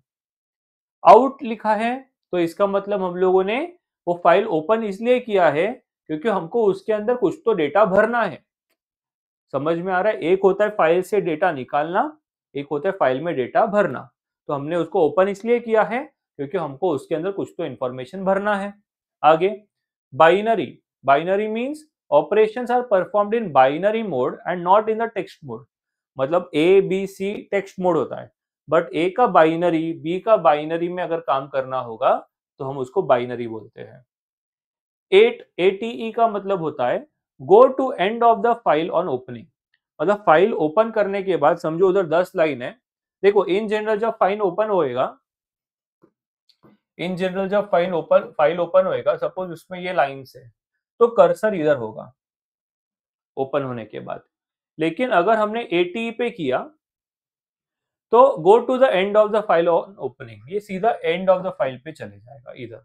ठीक है, आगे append, append to the end of the file. Append का मतलब क्या होता है कि जो भी चीज लिखना है वो सीधा इसके आगे लिखा जाएगा, उसको बोलते हैं append, end of the file. ये भी सिमिलर है दोनों। And last is truncate, truncate का मतलब ये होता है any content that exist in the file before it is open are discarded. मतलब क्या, जैसे ओपन करेंगे उस पे पहले से कुछ भी लिखा रहेगा वो सब डिस्कार्ड हो जाएगा, मतलब it will get open but with nothing in it. Okay, open होगा बट उसके पहले से कुछ लिखा रहेगा वो पूरा डिलीट हो गया रहेगा। Okay, for example if we want to open file for reading, कोई भी फाइल को रीड करने के लिए करना है तो एफ स्ट्रीम फाइल इन नाम दिया है उसको, ये अपने ऊपर है क्या नाम देना है। फाइल डॉट टेक्स्ट, वो फाइल को ओपन किया है और उसको रीड करने के लिए किया तो iOS स्कोप रेजोल्यूशन इन लिखा। और वही चीज अगर उसको राइट करना है, हम लोग को उसमें कुछ लिखना है, तो iOS आउट कर दिया। तो रीडिंग पर्पस के लिए इन लिखा है और राइटिंग पर्पस के लिए यहाँ आउट लिखा है। ठीक है, यही चीज ना हम लोग एफ स्ट्रीम के जगह पे I F stream and O F stream भी यूज कर सकते हैं सीधे, I F stream and O F stream. I F stream और ओ एफ स्ट्रीम की मदद से भी ये चीजें कर सकते हैं। तो देखो F stream is not the only file system stream provided in C++, there are two more streams. I F stream it stands for input file stream. अब जब ये चीज है ना, आई एफ स्ट्रीम यूज किया है ना, तो बेटा हम लोग को फिर it is by default input mode में है वो, मतलब रीडिंग मोड के अंदर है वो, अगर हमने आई एफ स्ट्रीम यूज किया है। ठीक है, जैसे देखो for input we can also use I F stream as shown, मतलब I F stream file in और सीधा फाइल का नाम। मतलब आप देखो ये लिखना नहीं पड़ा अपने को, सिर्फ इधर क्या लिख दिया, आई डाल दिया। सिंपल ना, आई एफ स्ट्रीम फाइल इन और फिर फाइल का नाम, फिर ये लिखने की जरूरत नहीं है। और इधर ओ एफ डाल दोगे तो ये iOS आउट लिखने की जरूरत नहीं है। समझ में आया? यस, तो दो स्ट्रीम और है which is I F stream, वो बाय डिफॉल्ट इनपुट के लिए, मतलब जब भी आई एफ स्ट्रीम यूज करोगे तो फाइल ओपन होएगा और उसमें उससे रीड आप डायरेक्टली कर सकते हो। और अगर ओ एफ स्ट्रीम यूज किया है आपने, yes O F stream use कर रहे हो, तो फाइल ओपन होगा और आप उसमें डेटा डायरेक्टली भर सकते हो। ठीक है, I hope this is clear. Next is, अब अगर हमको डेटा रीड करना है फाइल में से, ठीक है, तो फाइल में से डेटा, अभी ये प्रोग्राम्स वगैरह नहीं है बेटा आपको रीडिंग, मतलब बेसिकली फाइल हैंडलिंग के अंदर ना, एक तो ये इंपॉर्टेंट है, I stream, I F stream क्या होता है, ओ एफ स्ट्रीम क्या होता है, एफ स्ट्रीम क्या होता है, ये ओपनिंग मोड पूछा जा सकता है आपको, ठीक है, ओपन कैसे करते फाइल को, लेकिन जनरली ये पूछते नहीं, अभी जो मैं बता रहा हूँ आपको, एक तो data read and closing the file, ये जनरली पूछते नहीं है। तो देखो हम लोगों ने एक प्रोग्राम लिखा है जिसके अंदर हम उसमें से डेटा रीड कर रहे हैं, डिस्प्ले कर रहे हैं। तो देखो हमने एक gfg.txt एक फाइल को ओपन किया है, आई मतलब फॉर रीडिंग पर्पस, और एक स्ट्रिंग एस लिखा है, स्ट्रिंग एस मतलब इसमें से डेटा निकाल के इसमें भरेंगे, एंड क्या लिखा है देखो, ये फाइल, और फिर बाद में ये सीन करते वक्त है ना, देखो सीन करते वक्त भी ऐसा लिखते हैं ना, यस, तो वो सीन के जगह पे ये फाइल का नाम यूज किया है, फाइल, और एस मतलब क्या, कि ये फाइल से डेटा निकलेगा, ये GFG से डेटा निकलेगा और एस में चले जाएगा, ठीक है। तो सपोज दैट GFG में पहले से कुछ तो है, ये GFG फाइल है ना, इसमें हमने डाल के रखा है welcome to file handling. GFG में पहले से क्या डाल के रखा है बेटा, वेलकम टू फाइल हैंडलिंग। तो जैसे ही ये फाइल में हमने ये एस के अंदर डाल दिया डेटा, तो अपना एक्सपेक्टेशन क्या था, ये पूरा आना चाहिए, welcome to file handling, but actually ना उसके अंदर सिर्फ पहला वर्ड आएगा वेलकम, ओके, खाली पहला वर्ड आएगा, क्योंकि क्या होता है कि ये जो स्पेस होता है ना, उसके पहले तक का ही इंफॉर्मेशन लेते हैं। तो अगर हम लोग ने ये चीज यूज किया, फाइल फिर एरो एस और फिर लिख दिया रीड स्ट्रिंग एस, तो देखो आउटपुट पे आया रीड स्ट्रिंग एस में खाली आया वेलकम। ऐसा क्यों हो रहा है, this has the same problem as seen, seen में भी वही होता था, सीन में भी आपको खाली एक ही वर्ड ले सकते हैं, पूरा का पूरा लाइन नहीं ले सकते आप, the input is only taken until the first white space character, to avoid this we use getLine। तो getLine करके एक फंक्शन हम लोग यूज करेंगे जिससे पूरा का पूरा डेटा आ जाएगा, पूरा लाइन आ जाएगा, ठीक है। तो बस इसको चेंज करेंगे नेक्स्ट वाले एक एग्जांपल में। तो देखो क्या किया यहाँ पे हम लोगों ने, ये सेम गेटलाइन फाइल कॉमा एस कर दिया। तो इससे क्या होगा कि ये जो फाइल स्ट्रीम बना है ना, उसमें मतलब इसके अंदर जो भी चीज है वो पूरा एस में आ जाएगा, मतलब वेलकम टू फाइल हैंडलिंग। अब जब इसको डिस्प्ले कर रहे देखो, रीड स्ट्रिंग एस, तो रीड स्ट्रिंग और लिख दिया वेलकम टू फाइल हैंडलिंग, पूरा डिस्प्ले हो गया, ओके। अगेन मैं रिपीट करता हूं, ये एग्जाम में नहीं पूछा जाएगा, okay. Last is how to close, तो जो भी फाइल का हम लोग ने जो स्ट्रीम बनाया है वो लिख करके डॉट क्लोज कर दोगे, तो वो जो फाइल है जो ओपन किया था वो क्लोज हो जाएगा, ठीक है। इसको छोड़ के एक फाइल बफ करके भी है लास्ट, ओके, फाइल बफ मींस बफर, ओके। नाउ ये जो फाइल बफर है, ये IF स्ट्रीम और OF स्ट्रीम दोनों को सपोर्ट करने के लिए फाइल बफर करके भी यूज होता है। फाइल बफर क्या होता है, it is use to support IF stream as well as OF stream. तो आपको एग्जाम में ये 4 फंक्शंस के बारे में पूछ सकते हैं, इसका जो डिटेल से नोट्स में भी दिया है मैंने, तो which is what is F stream, what is IF stream, what is OF stream and what is file buffer. तो ये 4 चीज के ऊपर आपको खाली एग्जाम में लिखना होगा। तो अगर फाइल हैंडलिंग के बारे में पूछे मुझे, तो मैं आपको 2 ही क्वेश्चन बोलूंगा, सबसे ज्यादा इंपॉर्टेंट है, ऑलरेडी ये चैप्टर बहुत बड़ा है, तो इसमें एक तो ये व्हाट इज फाइल हैंडलिंग, एक ये क्वेश्चन करना है, और 4 फंक्शंस एक्सप्लेन करने के लिए पूछेंगे, which is F stream, IF stream, OF stream and file buffer. And अगर रेयरली पूछा तो ये पूछ सकते हैं मोड्स, फाइल ओपनिंग मोड्स के ऊपर एक क्वेश्चन आ सकता है, इसका भी चांसेस कम है, ठीक है। तो उसमें आपको खाली ये इतना पेज लिख के आना है, ठीक है। So with this we complete the theory part of C++। थोड़ा प्रोग्रामिंग के सेशंस और होंगे, that I will be sharing the videos with you, okay. चलो बाय बाय।